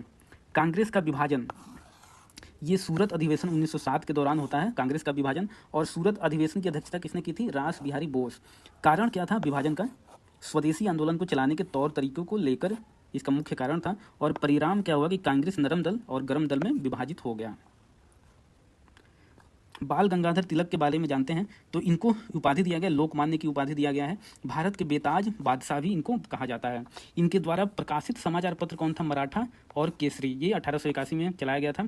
और 1893 ईस्वी में इन्होंने गणपति उत्सव और 1895 ईस्वी में शिवाजी उत्सव इन्होंने स्टार्ट किया था। इंडियन अनरेस्ट, ये बुक याद रखिएगा। इंडियन अनरेस्ट के लेखक कौन है? वैलेंटाइन सिरोल। इन्होंने इन्हें भारतीय अशांति का जनक कहा था। कौन? वैलेंटाइन सिरोल। कौन सी बुक में? Indian unrest. 1908 ईस्वी में केसरी में प्रकाशित तथ्यों के आधार पर राजद्रोह का मुकदमा चलाकर इन्हें 6 वर्ष की सजा देकर मांडले जेल बर्मा भेज दिया गया था। कितने साल की जेल हुआ था? 6 वर्ष की। 1908 में मांडले जेल में ही इन्होंने गीता रहस्य नामक पुस्तक लिखा था। तो ये आता है गीता रहस्य किसने लिखा? बाल गंगाधर तिलक। किस जेल में लिखा? तो मांडले जेल में, जो बर्मा में था। तिलक ने कांग्रेस पर प्रार्थना, याचना और विरोध की राजनीति का आरोप लगाया था। फिर देखेंगे भारत में क्रांतिकारी आंदोलन का प्रथम चरण कब था? बीडी सावरकर द्वारा 1899 ईस्वी में स्थापित मित्र मेला में ही 1904 ईस्वी में एक गुप्त सभा अभिनव भारत में परिवर्तित हो गई। ये याद रखिएगा, मित्र मेला कब स्टार्ट किया गया? 1899 में बीडी सावरकर के द्वारा। और 1904 ईस्वी में अभिनव भारत स्टार्ट किया गया। इसी को मित्र मेला को कन्वर्ट कर दिया गया था। तो इसका नाम अभिनव भारत है। डेट भी याद रखिएगा और नाम भी इम्पोर्टेंट है। पी मित्रा ने बंगाल में अनुसूलन समिति की स्थापना की। अनुसूलन समिति की स्थापना कहाँ हुई थी? बंगाल में। किसके द्वारा? पी मित्रा के द्वारा। 30 अप्रैल 1908 को खुदीराम बोस और प्रफुल्ल चाकी ने मुजफ्फरपुर के न्यायाधीश किंग्सफोर्ड की गाड़ी पर बम फेंका, परंतु किंग्सफोर्ड बच गया। प्रफुल्ल चाकी ने आत्महत्या कर ली एवं खुदीराम बोस को गिरफ्तार कर लिया गया और 1908 ईस्वी में मात्र 15 वर्ष की आयु में फांसी दे दी गई। ये याद रखिएगा, किसके ऊपर फेंका गया था? किंग्सफोर्ड के ऊपर। लेकिन ये उस समय नहीं थे, इनके स्थान पर उस गाड़ी में कोई और था। कौन? खुदीराम बोस और प्रफुल्ल चाकी। तो प्रफुल्ल चाकी ने आत्महत्या कर ली और खुदीराम बोस को गिरफ्तार कर लिया गया। खुदीराम बोस को जब फांसी दिया गया तब उनकी आयु कितनी थी? 15 वर्ष, मात्र 15 वर्ष। 23 दिसंबर 1912 को दिल्ली में वायसराय लॉर्ड हार्डिंग द्वितीय काफिले पर बम फेंका गया। इस घटना में रास बिहारी बोस और सचिन सन्याल की मुख्य भूमिका थी। फिर देखते हैं विदेशों में क्रांतिकारी आंदोलन कौन कौन सा चला। श्याम जी कृष्ण वर्मा ने 1905 ईस्वी में लंदन में भारत स्वशासन समिति इंडिया होम रूल सोसाइटी की स्थापना की। किसकी? इंडिया होम रूल सोसाइटी की स्थापना कौन किया था? श्याम जी कृष्ण वर्मा। ये 1905 में लंदन में किया गया था। मैडम भीकाजी कामा ने 1907 ईस्वी में स्टुटगार्ट जर्मनी, ये कहाँ है? स्टुटगार्ट जर्मनी में अंतर्राष्ट्रीय समाजवादी कांग्रेस के सम्मेलन में भारत का राष्ट्रीय तिरंगा हरा, पीला व लाल रंग का ध्वज फहराया। इन्हें भारतीय क्रांति की माता कहा जाता है। भारतीय क्रांति की माता किसे कहा जाता है? मैडम भीकाजी कामा को। और इन्होंने झंडा कहाँ फहराया था? स्टुटगार्ट में जर्मनी में 1907 ईस्वी में। 1 नवंबर 1913 को लाला हरदयाल ने सैन फ्रांसिस्को में गद्दर पार्टी की स्थापना की। सोहन सिंह भाखना इस पार्टी के अध्यक्ष थे। तो 1913 में लाला हरदयाल ने सैन फ्रांसिस्को में गद्दर पार्टी की स्थापना की थी। सैन फ्रांसिस्को कहाँ है? यूएसए में है, अमेरिका में है। और ये आता है कि कौन स्थापना किया था गद्दर पार्टी का? तो लाला हरदयाल 1913 में। बट अगर आ जाएगा कि इस पार्टी के अध्यक्ष कौन थे, प्रथम अध्यक्ष, तो सोहन सिंह भाखना इस पार्टी के अध्यक्ष थे। कुछ महत्वपूर्ण घटनाएं देखते हैं कि कामागाटा मारू प्रकरण कब हुआ था? तो ये 1914 में हुआ था। मार्ले मिंटो सुधार 1909 में हुआ था। दिल्ली दरबार कब लगा था? 1911 में। ये थर्ड दिल्ली दरबार था, याद रखिएगा, थर्ड। प्रथम विश्व युद्ध कब हुआ था? 1914 से 1918। होम रूल लीग मूवमेंट आंदोलन कब हुआ था? 1916 में। लखनऊ समझौता 1916 में हुआ था। मोंटेगू घोषणा 1917 में। और मोंटेगू चेम्सफोर्ड सुधार ये 1919 में हुआ था। लखनऊ समझौता ये कब हुआ था? 1916 में। और इसी अधिवेशन में राजकुमार शुक्ल ने गांधी जी को आमंत्रण किया था चंपारण में, चंपारण मूवमेंट के लिए। 1916 ईस्वी में अंबिका चरण मजूमदार की अध्यक्षता में भारतीय राष्ट्रीय कांग्रेस का वार्षिक अधिवेशन लखनऊ में हुआ। कौन अध्यक्ष थे? अंबिका चरण मजूमदार। लखनऊ अधिवेशन में बाल गंगाधर तिलक एवं एनी बेसेंट के प्रयासों से नरम दल और गरम दल का पुनः मिलन हो गया। किस अधिवेशन में हो जाता है? लखनऊ में।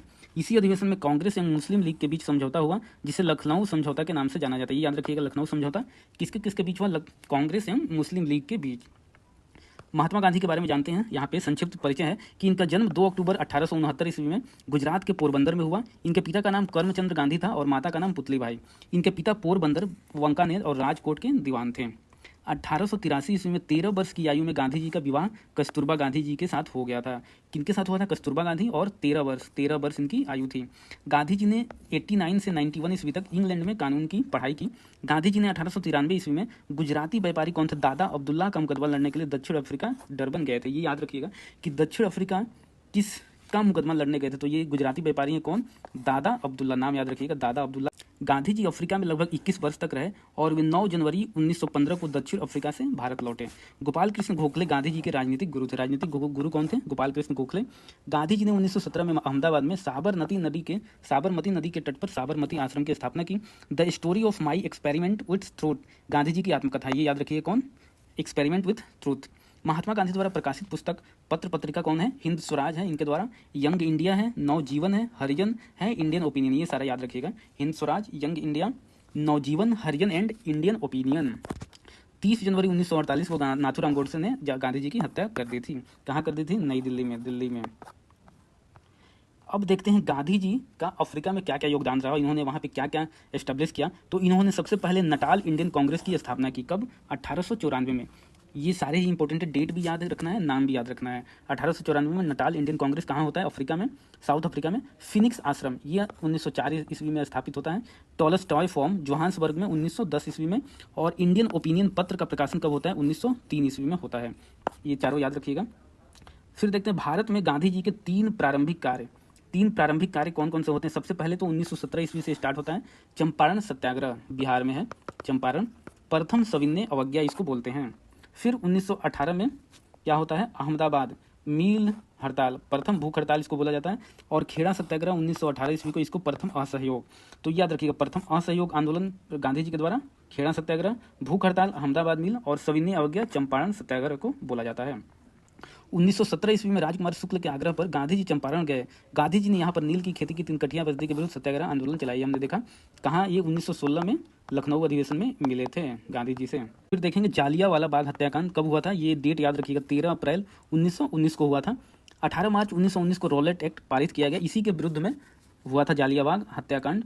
9 अप्रैल 1919 को पंजाब के लेफ्टिनेंट गवर्नर कौन था? माइकल ओ डायर के आदेश पर पंजाब के 2 लोकप्रिय नेता कौन कौन नेता थे? डॉक्टर सतपाल एवं डॉक्टर सैफुद्दीन किचलू को गिरफ्तार कर लिया गया। इस घटना से जनता में रोष व्याप्त हो गया। ये दोनों नेताओं को याद रखिएगा, डॉक्टर सत्यपाल एवं डॉक्टर सैफुद्दीन किचलू। कब? 9 अप्रैल को। 10 अप्रैल को 1919 को अमृतसर शहर का प्रशासन सैन्य अधिकारी कौन था? Brigadier general R Dyer. ये याद रखिएगा, वहाँ का जो ब्रिगेडियर था वो जनरल आर डायर नाम था और जो लेफ्टिनेंट गवर्नर था उसका नाम था माइकल ओ डायर। ये एग्जाम में पूछा जाता है, आप कंफ्यूज मत होइएगा। 13 अप्रैल को 1919 को बैसाखी के दिन जालियांवाला बाग में एक विशाल जनसभा का आयोजन किया गया, जिस पर जनरल आर डायर ने अंधाधुंध गोलियां चलवाई। इस हत्याकांड के विरोध में शंकरन नायर ने वायसराय की कार्यकारिणी परिषद की सदस्यता से इस्तीफा दे दिया। ये भी आता है कि इस हत्याकांड के विरोध में किसने वायसराय की कार्यकारिणी परिषद से इस्तीफा दे दिया था। तो क्या नाम है इनका? शंकरन नारायण, ये याद रखिएगा। जालियांवाला बाग हत्याकांड के विरोध में रविन्द्रनाथ टैगोर ने नाइटहुड की उपाधि त्याग दी थी, ये भी याद रखिएगा। नाइटहुड की उपाधि त्याग दी कौन? रविन्द्रनाथ टैगोर ने। और कांग्रेस ने भी इस हत्याकांड की जांच के लिए मदन मोहन मालवीय की अध्यक्षता में तहकीकात कमेटी का गठन किया। ये याद रखिएगा कि कांग्रेस के द्वारा जो कमेटी गठित की गई उसके हेड कौन थे? तो इसके हेड थे Madan Mohan Malviya. Very very important है। फिर देखते हैं असहयोग आंदोलन 1920 से 22 तक ये चला था। इसमें लाला लाजपत राय की अध्यक्षता में सितंबर 1920 में कांग्रेस का विशेष अधिवेशन कोलकाता में आयोजित किया गया। इस अधिवेशन में स्वराज की प्राप्ति के लिए असहयोग आंदोलन को चलाने की स्वीकृति प्रदान की गई। महात्मा गांधी ने 1 अगस्त 1920 को असहयोग आंदोलन प्रारंभ किया। दुर्भाग्य से इसी दिन तिलक का निधन होगा, ये याद रखिएगा। कब तिलक का निधन हुआ था? 1 अगस्त 1920 को। दिसंबर 1920 में नागपुर में आयोजित कांग्रेस के वार्षिक अधिवेशन में असहयोग आंदोलन का प्रस्ताव अंतिम रूप से पारित कर दिया गया। इस प्रस्ताव को कौन प्रस्तुत किया था? CR दास ने प्रस्तुत किया था। असहयोग आंदोलन चलाने के लिए 1921 में तिलक स्वराज फंड की स्थापना की गई। तो तिलक स्वराज फंड की स्थापना कब की गई है? तो 1921 में किया गया। महात्मा गांधी ने केसरे हिंद और जमनालाल बजाज ने राय बहादुर की उपाधि त्याग दी। ये याद रखिएगा, केसरे हिंद महात्मा गांधी ने इस आंदोलन में त्यागा। कौन सा? असहयोग आंदोलन। और राय बहादुर की उपाधि कौन? जमनालाल बजाज ने। असहयोग आंदोलन के दौरान विदेशी वस्त्रों के जलाए जाने को रविन्द्रनाथ टैगोर ने निष्ठुर बर्बादी की संज्ञा दी। ये भी आता है। निष्ठुर बर्बादी की संज्ञा किसने दिया था? इसको दिया था रविन्द्रनाथ टैगोर ने। चौरी चौरा कांड ये कब हुआ था? ये 4-5 फरवरी को हुआ था। 4-5 फरवरी को हुआ था। संयुक्त प्रांत के गोरखपुर जिले के चौरी चौरा नामक स्थान पर ये हुआ था। कारण क्या था कि किसानों के जुलूस पर गोली चलाए जाने के कारण उग्र भीड़ ने थाने में आग लगा दी, जिसमें 22 पुलिसकर्मी मारे गए। परिणाम ये हुआ कि 12 फरवरी 1922 को गांधी जी ने असहयोग आंदोलन को स्थगित कर दिया गया। तो कब असहयोग आंदोलन को स्थगित किया गया? तो 12 फरवरी को। ये याद रखिएगा 4 फरवरी को चौरी चौरा कांड हुआ था, बट कहीं कहीं 4 फरवरी की जगह पे 5 फरवरी भी दिया रहता है, तो दोनों डेट याद रखिएगा। फिर आते हैं हम स्वराज पार्टी का गठन। स्वराज पार्टी का गठन कब होता है? मार्च 1923 में हुआ था। 1923 के विधानमंडल चुनाव में भाग लेने के लिए मार्च 1923 में CR दास और मोतीलाल नेहरू ने इलाहाबाद में स्वराज पार्टी की स्थापना की। कहाँ पे होती है स्वराज पार्टी की स्थापना? ये याद रखिएगा, इलाहाबाद में CR दास और मोतीलाल नेहरू के द्वारा। CR दास इस पार्टी के अध्यक्ष और मोतीलाल नेहरू महासचिव थे। CR दास अध्यक्ष कौन बना? CR दास और महासचिव मोतीलाल नेहरू। स्वराज पार्टी ने 1925 ईस्वी में विट्ठल भाई पटेल को केंद्रीय विधानमंडल का अध्यक्ष नियुक्त करने में सफलता प्राप्त की। ये भी आता है कि जब 1925 में इलेक्शन हुआ था तो केंद्रीय विधानमंडल का अध्यक्ष कौन बना था? तो विट्ठल भाई पटेल बने थे। ये कौन थे? सरदार वल्लभ भाई पटेल के भाई थे। ये देखते हैं क्रांतिकारी आंदोलन का दूसरा चरण, हिंदुस्तान रिपब्लिकन एसोसिएशन HR। ये अक्टूबर 1924 में सचिंद्र सान्याल, राम प्रसाद बिस्मिल, योगेश चटर्जी व अन्य क्रांतिकारियों के सहयोग से कानपुर में इसकी स्थापना होती है। कहाँ होती है? कानपुर में 1924 में। और काकोरी कांड इसी के मेंबर करते हैं। काकोरी कांड कब होता है? 9 अगस्त 1925 को। हिंदुस्तान रिपब्लिकन एसोसिएशन के क्रांतिकारियों ने 9 अगस्त 1925 को लखनऊ के काकोरी नामक स्थान पर 8 डाउन ट्रेन को लूट लिया था। घटना के संबंध में 29 क्रांतिकारियों को गिरफ्तार करके मुकदमा चलाया गया, जिसमें राम प्रसाद बिस्मिल, राजेंद्र लाहिरी, रोशन लाल, अशफाक उल्ला खां को गोरखपुर, गोंडा, नैनी तथा फैजाबाद में फांसी दी गई। चंद्रशेखर आजाद इस घटना के बाद भागने में सफल रहे थे। तो ये याद रखिएगा किसको किसको कहाँ पे फांसी दिया गया। राम प्रसाद बिस्मिल को गोरखपुर में फांसी दिया गया, राजेंद्र लाहिरी को गोंडा में, रोशन लाल को नैनी कहाँ है? प्रयागराज इलाहाबाद में, और अशफाक उल्ला खां को फैजाबाद में फांसी दी गई थी। फिर इसके बाद आता है हिंदुस्तान सोशलिस्ट रिपब्लिकन एसोसिएशन। ये देखते हैं 1928 ईस्वी में चंद्रशेखर आजाद के नेतृत्व में दिल्ली के फिरोज शाह कोटला मैदान में हिंदुस्तान रिपब्लिकन एसोसिएशन का नाम बदलकर हिंदुस्तान सोशलिस्ट रिपब्लिकन एसोसिएशन रख दिया गया। उसी का नाम चेंज करके ये रख दिया गया। कब? 1928 में चंद्रशेखर आजाद के द्वारा।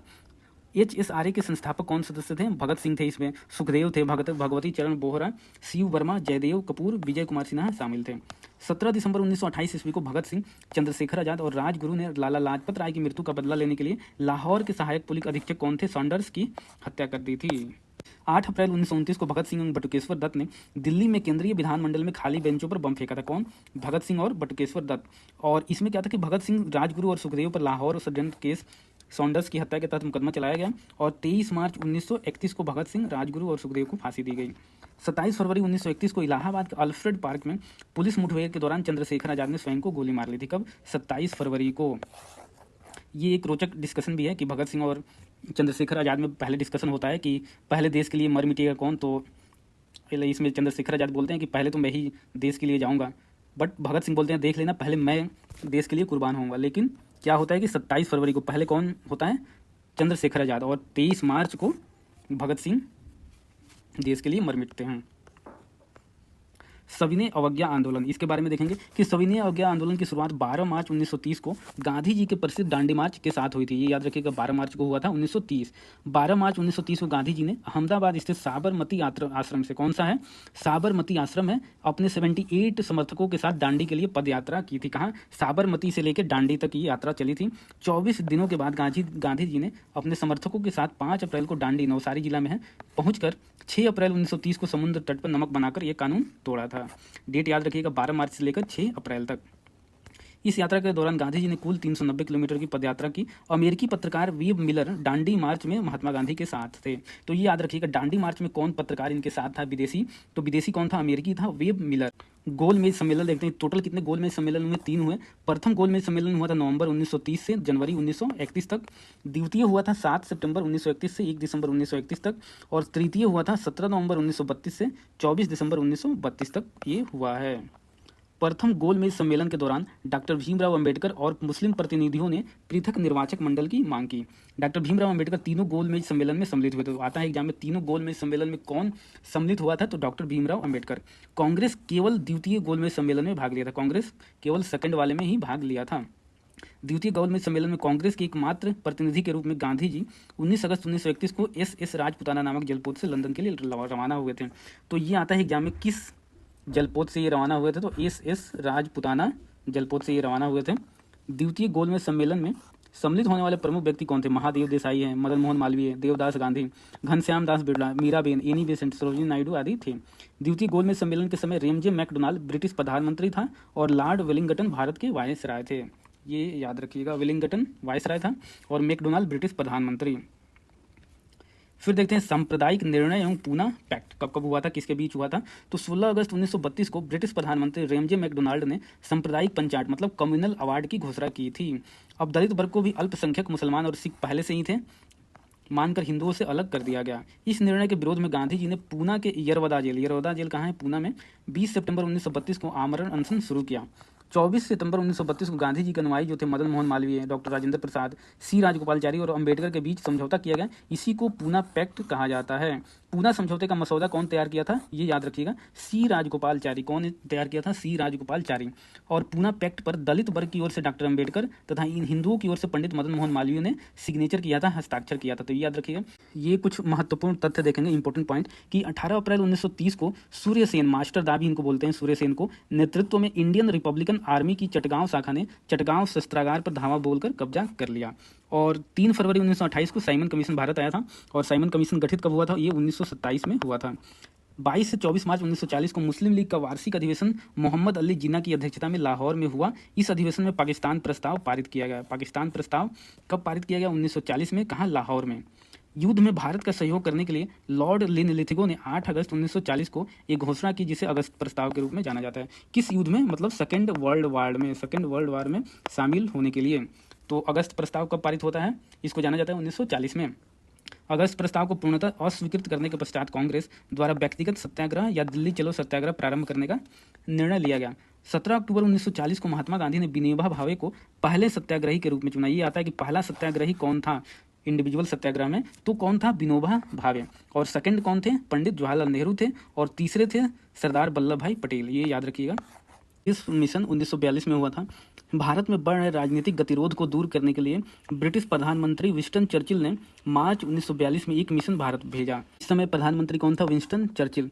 ब्रिटिश संसद सदस्य तथा मजदूर नेता सर स्टेफोर्ड क्रिस्प के नेतृत्व में यह मिशन भेजा गया था, इसलिए इसका नाम क्रिस्प मिशन रखा गया। क्या नाम था इनका, सर स्टेफोर्ड क्रिस्प। फिर हम देखते हैं क्विट इंडिया मूवमेंट, भारत छोड़ो आंदोलन 1942 में हुआ था। इसका प्रस्ताव कब दिया गया था, 7 अगस्त 1942 को बम्बई के ऐतिहासिक ग्वालिया टैंक मैदान में अबुल कलाम आज़ाद की अध्यक्षता में कांग्रेस की वार्षिक बैठक हुई थी। ये कौन था अध्यक्ष, अबुल कलाम आज़ाद। इस बैठक में नेहरू ने भारत छोड़ो आंदोलन प्रस्ताव पेश किया था। कौन किया था, जवाहरलाल नेहरू ने। भारत छोड़ो आंदोलन का आलेख महात्मा गांधी, जवाहरलाल नेहरू और अबुल कलाम आज़ाद ने मिलकर तैयार किया था। 8 अगस्त 1942 को भारत छोड़ो आंदोलन प्रस्ताव पारित कर दिया गया। कब किया गया था, 8 अगस्त 1942 को। इसी समय गांधी जी ने नारा दिया था, करो या मरो। ये याद रखिए, करो या मरो का नारा कौन दिया था, गांधी जी। और किस, क्विट इंडिया मूवमेंट, भारत छोड़ो आंदोलन के टाइम पे दिया था।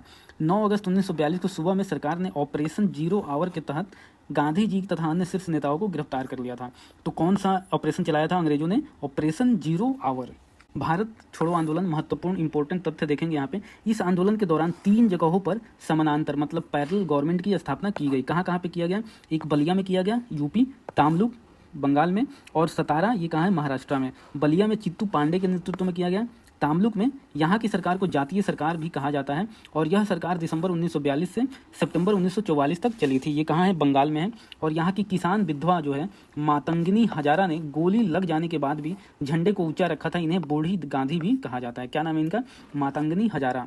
सतारा में सबसे लंबे समय तक चलने वाली सरकार थी। आता है जो पैरेलल गवर्नमेंट बनी थी उसमें सबसे लंबे समय तक कहाँ गवर्नमेंट चला था? तो कहाँ का? सतारा। ये महाराष्ट्र में है। यह 1945 तक कार्यरत रही। इसके नेता वाई.वी. चौहान थे। ये भी याद रखिएगा, वाई.वी. चौहान।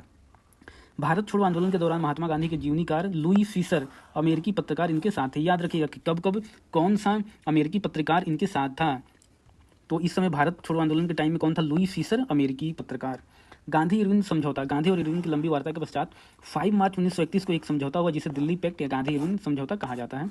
इस समझौते के फलस्वरूप कांग्रेस द्वितीय गोलमेज सम्मेलन में भाग लेने की राजी हो गई थी। आज़ाद हिंद फौज के बारे में जानेंगे कुछ कि इसका मोहन सिंह के नेतृत्व में मार्च 1942 में इंडियन नेशनल आर्मी या आज़ाद हिंद फौज का गठन किया गया था। किसके नेतृत्व में? मोहन सिंह के नेतृत्व में। इंडियन नेशनल आर्मी का विचार सूत्र ज्ञानी प्रीतम सिंह व फूजीवारा ने दिया था। इसकी पहली डिवीजन का औपचारिक गठन 1 सितंबर 1942 को किया गया जिसका प्रथम सेनापति कौन था? मोहन सिंह को बनाया गया था। आज़ाद हिंद फौज का गठन सिंगापुर द्वीप पर किया गया था। कहाँ पे? सिंगापुर द्वीप पे किया गया था। और रास बिहारी बोस ने 4 जुलाई 1943 को आज़ाद हिंद फौज की कमान सुभाष चंद्र बोस को सौंप दी थी। कौन सौंपा था? रास बिहारी बोस ने। सुभाष चंद्र बोस का संक्षिप्त परिचय यहाँ पे देखेंगे कि सुभाष चंद्र बोस का जन्म 23 जनवरी 1897 को कटक उड़ीसा में हुआ था। इन्होंने 1920 में सिविल सेवा में चौथा स्थान प्राप्त किया लेकिन मन न लगने के कारण त्यागपत्र दे दिया। महात्मा गांधी की प्रेरणा से वर्ष 1921 में राष्ट्रीय कांग्रेस में सम्मिलित हुए। ये भी देखेंगे कि इनके राजनीतिक गुरु कौन थे? सुभाष चंद्र बोस के राजनीतिक गुरु थे देशबंधु चित्तरंजन दास, ये याद रखिएगा। और 1927 में इंडिपेंडेंस लीग का इन्होंने गठन किया। 1939 में सुभाष चंद्र बोस ने कांग्रेस की अध्यक्षता से त्यागपत्र देकर फॉरवर्ड ब्लॉक का गठन किया था। ये याद रखिएगा, फॉरवर्ड ब्लॉक का गठन कब किया गया था? 1939 में, और सुभाष चंद्र बोस के द्वारा। जर्मनी की जनता ने इन्हें नेताजी के नाम से संबोधित किया। नेताजी कौन बोला था? जर्मनी की जनता ने। और सुभाष चंद्र बोस को देश नायक रविंद्रनाथ टैगोर ने कहा था। महात्मा गांधी ने सुभाष चंद्र बोस को देशभक्तों का देशभक्त कहा है। वेबल योजना देखेंगे 1945 में आया था। ब्रिटिश प्रधानमंत्री विंस्टन चर्चिल के नेतृत्व की रूढ़िवादी सरकार भारत में संवैधानिक प्रश्न को हल करने के उद्देश्य से लॉर्ड वेबल को भारत के नेताओं से विचार विमर्श हेतु भेजा था। इस उद्देश्य से वायसराय लॉर्ड वेबल ने 14 जून 1945 को एक योजना प्रस्तुत की जिसे वेबल योजना के नाम से जाना जाता है। फिर देखेंगे कैबिनेट मिशन। कैबिनेट मिशन में क्या था? इसके गठनकर्ता कौन थे? उस समय ब्रिटिश प्रधानमंत्री क्लीमेंट एटली थे। ये याद रखिएगा। इस समय ब्रिटिश प्रधानमंत्री कौन है? विंस्टन चर्चिल है 45 में, लेकिन 46 में जब कैबिनेट मिशन आती है उस समय ब्रिटिश प्रधानमंत्री कौन होते हैं? क्लीमेंट एटली। ये बेहद जरूरी है। ये कब आया था कैबिनेट मिशन? 24 मार्च 1946 को। और इसके सदस्य 3 सदस्य होते हैं, इसको याद रखिएगा। और अध्यक्ष कौन है? पैथिक लॉरेंस है। ये भी अलेक्जेंडर मेंबर हैं और स्टेफोर्ड क्रिप्स ये भी मेंबर हैं। बहुत इंपॉर्टेंट है पैथिक लॉरेंस। संविधान सभा का चुनाव 1936 के कांग्रेस के लखनऊ अधिवेशन में सर्वप्रथम संविधान सभा का विचार प्रस्तुत किया गया था। ये याद रखिएगा कि संविधान सभा का विचार कब प्रस्तुत किया गया था? 1936 में कांग्रेस के लखनऊ अधिवेशन में। और जुलाई 1946 में कैबिनेट मिशन योजना के तहत संविधान सभा के चुनाव आयोजित किए गए। संविधान सभा का चुनाव कैबिनेट मिशन योजना के तहत हुआ था। और इसमें जो चुनाव हुआ था संविधान सभा के लिए, इसमें कांग्रेस 208 सीटें जीती, मुस्लिम लीग 73 सीट और स्वतंत्र उम्मीदवार निर्दलीय ये 15 सीट जीते। इंपॉर्टेंट पॉइंट हम लोग देख रहे हैं। प्रत्यक्ष कार्यवाही दिवस डायरेक्ट एक्शन डे कब हुआ था? 16 अगस्त 1946 को। 12 अगस्त 1946 को वायसराय ने अंतरिम सरकार बनाने के लिए पंडित नेहरू को निमंत्रण भेजा जिसे नेहरू ने स्वीकार कर लिया। मुस्लिम लीग ने जिन्ना के नेतृत्व में 16 अगस्त 1946 को डायरेक्ट एक्शन डे प्रत्यक्ष कार्यवाही दिवस के रूप में मनाया था। लीग की इस कार्यवाही में भयानक रक्तपात हुआ। महात्मा गांधी ने नोआ खोली में शांति स्थापना हेतु पदयात्रा की। ये आता है कि डायरेक्ट एक्शन डे के टाइम गांधी जी कहाँ थे? तो ये नोआ खाली बंगाल में थे। अंतरिम सरकार का गठन कब होता है? पंडित जवाहरलाल नेहरू के नेतृत्व में 2 सितंबर 1946 को 11 अन्य सदस्यों के साथ इन्होंने पद की शपथ ली। अंतरिम सरकार एक दृष्टि में हम देखें इंपॉर्टेंट पॉइंट कि पंडित जवाहरलाल नेहरू उपाध्यक्ष होते हैं कार्यकारिणी परिषद के और विदेश मामले। रक्षा मंत्री कौन होते हैं? बलदेव सिंह। खाद्य एवं कृषि मंत्री हैं राजेंद्र प्रसाद। सरदार पटेल गृह सूचना एवं प्रसारण विभाग और रियासत संबंधी मामले के मंत्री होते हैं। जॉन मेथाई को उद्योग एवं आपूर्ति मंत्री बनाया जाता है। आई चुंदरीकर वाणिज्य मंत्री हैं। C.H. भाभा को कार्य खान एवं बंदरगाह मंत्री बनाया जाता है। अब्दुल रब नस्तर संचार मंत्री हैं। गजनफर अली खां स्वास्थ्य मंत्री। अरुणा आसफ अली रेलवे मंत्री हैं। राजगोपालचारी शिक्षा मंत्री हैं। जगजीवन राम श्रम मंत्री है। लियाकत अली वित्त मंत्री है। और जोगेंद्र नाथ मंडल विधि मंत्री। ये याद रखिएगा कि जो अंतरिम सरकार बनी थी उसमें वित्त मंत्री कौन था, तो लियाकत अली खां, ये आता है एग्जाम में। और शिक्षा मंत्री कौन थे, सी राजगोपालचारी। इटली की घोषणा कब होती है, ब्रिटिश प्रधानमंत्री क्लीमेंट एटली ने 20 फरवरी 1947 को हाउस ऑफ कॉमन्स में घोषणा की कि अंग्रेज जून 1948 के पहले भारतीयों को सत्ता हस्तांतरित कर देंगे। इटली ने लॉर्ड वेबल के स्थान पर लॉर्ड माउंटबेटन को भारत का वायसराय इसीलिए नियुक्त किया था। माउंटबेटन योजना के तहत माउंटबेटन योजना आई 24 मार्च 1947 को लॉर्ड माउंटबेटन भारत के 34वें गवर्नर जनरल बनकर आए। भारतीय नेताओं की स्वीकृति के बाद ब्रिटिश सरकार ने 3 जून 1947 को भारत विभाजन योजना प्रस्तुत की। कब किया था, ये डेट याद रखिएगा, 3 जून को। अब हम देखेंगे भारतीय स्वतंत्रता अधिनियम इंडिया इंडिपेंडेंस एक्ट 1947। 4 जुलाई 1947 को ब्रिटिश संसद में भारतीय स्वतंत्रता विधेयक पेश किया गया। विधेयक को 18 जुलाई 1947 को स्वीकृति मिली। कब मिलती है, 18 जुलाई को। इसके अनुसार देश को 15 अगस्त 1947 को 2 डोमिनियन भारत और पाकिस्तान की स्थापना की जाएगी। 14 अगस्त को पाकिस्तान और 15 अगस्त को भारत को स्वतंत्रता प्राप्त हुई। इसमें है कि भारत के विभाजन के समय कांग्रेस के अध्यक्ष कौन थे, तो इस समय थे आचार्य जे.बी. कृपलानी, ये याद रखिएगा। अब हम देखेंगे आधुनिक भारत की कुछ पुस्तकें, उस पुस्तक और उसके लेखक कौन है, इंपॉर्टेंट, हम बहुत ही इंपॉर्टेंट है एग्जाम पॉइंट ऑफ व्यू से ये सारे। देखिए महात्मा गांधी के द्वारा कौन कौन सी पुस्तकें लिखी गई, ये सारा एक जगह ही आपको मिल जाएगा। यंग इंडिया है, हिंद स्वराज है, गोखले माई पॉलिटिकल गुरु एवं My experiment with Truth. India Wins Freedom, India Wins Freedom कौन लिखा, अबुल कलाम आज़ाद ने। कॉमनवेल्थ तथा न्यू इंडिया, ये याद रखिएगा, एनी बेसेंट ने। अगर यंग इंडिया आया तो यंग मतलब गांधी जी, और न्यू इंडिया आया तो Annie Besant. The life divine, ये अरविंदो घोष ने लिखा था। बापू माई मदर, ये मनु बहन गांधी ने लिखा था। आनंद मठ दुर्गेश नंदिनी, ये बंकिम चंद्र चटर्जी ने लिखा था। गीता रहस्य केसरी तथा मराठा, ये बाल गंगाधर तिलक जी ने लिखा था। The man who divided India, ये doctor Rafiq Zakaria. India from Curzon to Nehru and after, ये दुर्गादास ने लिखा है। फ्रीडम एट मिडनाइट, ये Larry Collins and Dominique Lapierre ने लिखा है। ये नेशन इन मेकिंग, ये कौन लिखा है, Surendra Nath Banerjee. The story of my deportation, unhappy India बहुत आता है एग्जाम में, ये लाला लाजपत राय के द्वारा लिखा गया है। इंडिया अनरेस्ट, इसी में वैलेंटाइन सिरोल ने बाल गंगाधर तिलक को इंडिया अशांति का जनक माना बताया है, तो कौन लिखा है, वैलेंटाइन सिरोल ने। The India struggle, Subhash Chandra Bose. Our Indian Musalmans, ये डब्ल्यू हंटल ने लिखा है। प्रीसेप्ट ऑफ जीसस, ये राजा राम मोहन राय ने लिखा है। The Indian war of independence, ये बी डी सावरकर जी ने लिखा है। Civil rebellions in the Indian mutiny, ये एस.बी. चौधरी ने लिखा है। अवध इन रिवोल्ट, रुद्रांगसु मुखर्जी ने लिखा है। The sepoy mutiny and the revolt of 1857, ये आर.सी. मजूमदार ने लिखा है। The great rebellion, Ashok Mehta ने लिखा है। तहजीब उल अखलाक, ये सैयद अहमद खान, सर सैयद अहमद खान ने लिखा है, वेरी वेरी इंपॉर्टेंट है। स्प्रिंगिंग टाइगर, ह्यूज टोए ने लिखा है। टुवार्ड्स स्ट्रगल, ये जयप्रकाश नारायण ने लिखा है। इंडिया डिवाइडेड, ये डॉक्टर राजेंद्र प्रसाद ने लिखा है। बंदी जीवन, ये सचिंद्र नाथ सान्याल। मैं अनिश्वरवादी क्यों हूँ, an introduction to the dreamland, ये भगत सिंह ने लिखा है। द फिलोसफी ऑफ बम, ये भगवती चरण बोहरा ने लिखा है। अनहिलेशन ऑफ कास्ट, ये बी.आर. अम्बेडकर ने लिखा है। The life of Mahatma Gandhi, ये लुइस फीसर ने लिखा है। Guilty man of the India's partition, doctor Ram Manohar Lohia. Amrit Bazar Patrika, Motilal Ghosh ने। बंगाली समाचार पत्र, सुरेंद्र नाथ बानर्जी ने। Glimpses of the world history, ये जवाहरलाल नेहरू ने लिखा है। The broken wing, Sarojini Naidu. Captive lady, ये माइकल मधुसूदन दत्त। टेररिस्ट, ये कौन लिखा है, Dilip Mukherjee. India's struggle for independence, Bipin Chandra. और मदर इंडिया कौन लिखा है, कैथरीन मायो। तो यहाँ पे हम देखें कि मॉडर्न इंडिया हिस्ट्री का हमने इंपॉर्टेंट पॉइंट यहाँ पे हमारा समाप्त हुआ है कि ये क्विक रिवीजन का पार्ट है। इससे आपका 1-2 बार देखिएगा तो जल्दी जल्दी रिवीजन हो जाएगा, और ये एग्जाम में आते ही आते हैं, ये सारे क्वेश्चन आपको एग्जाम में देखने को मिलेंगे, ये इसलिए बहुत इंपॉर्टेंट है। 1-2 बार देखिए आपको याद हो जाएगा। चलिए मेरे साथ बने रहने के लिए पीसीएस मैराथन में आपका वेलकम करता है। मिलते हैं नेक्स्ट वीडियो में, तब तक के लिए नमस्कार।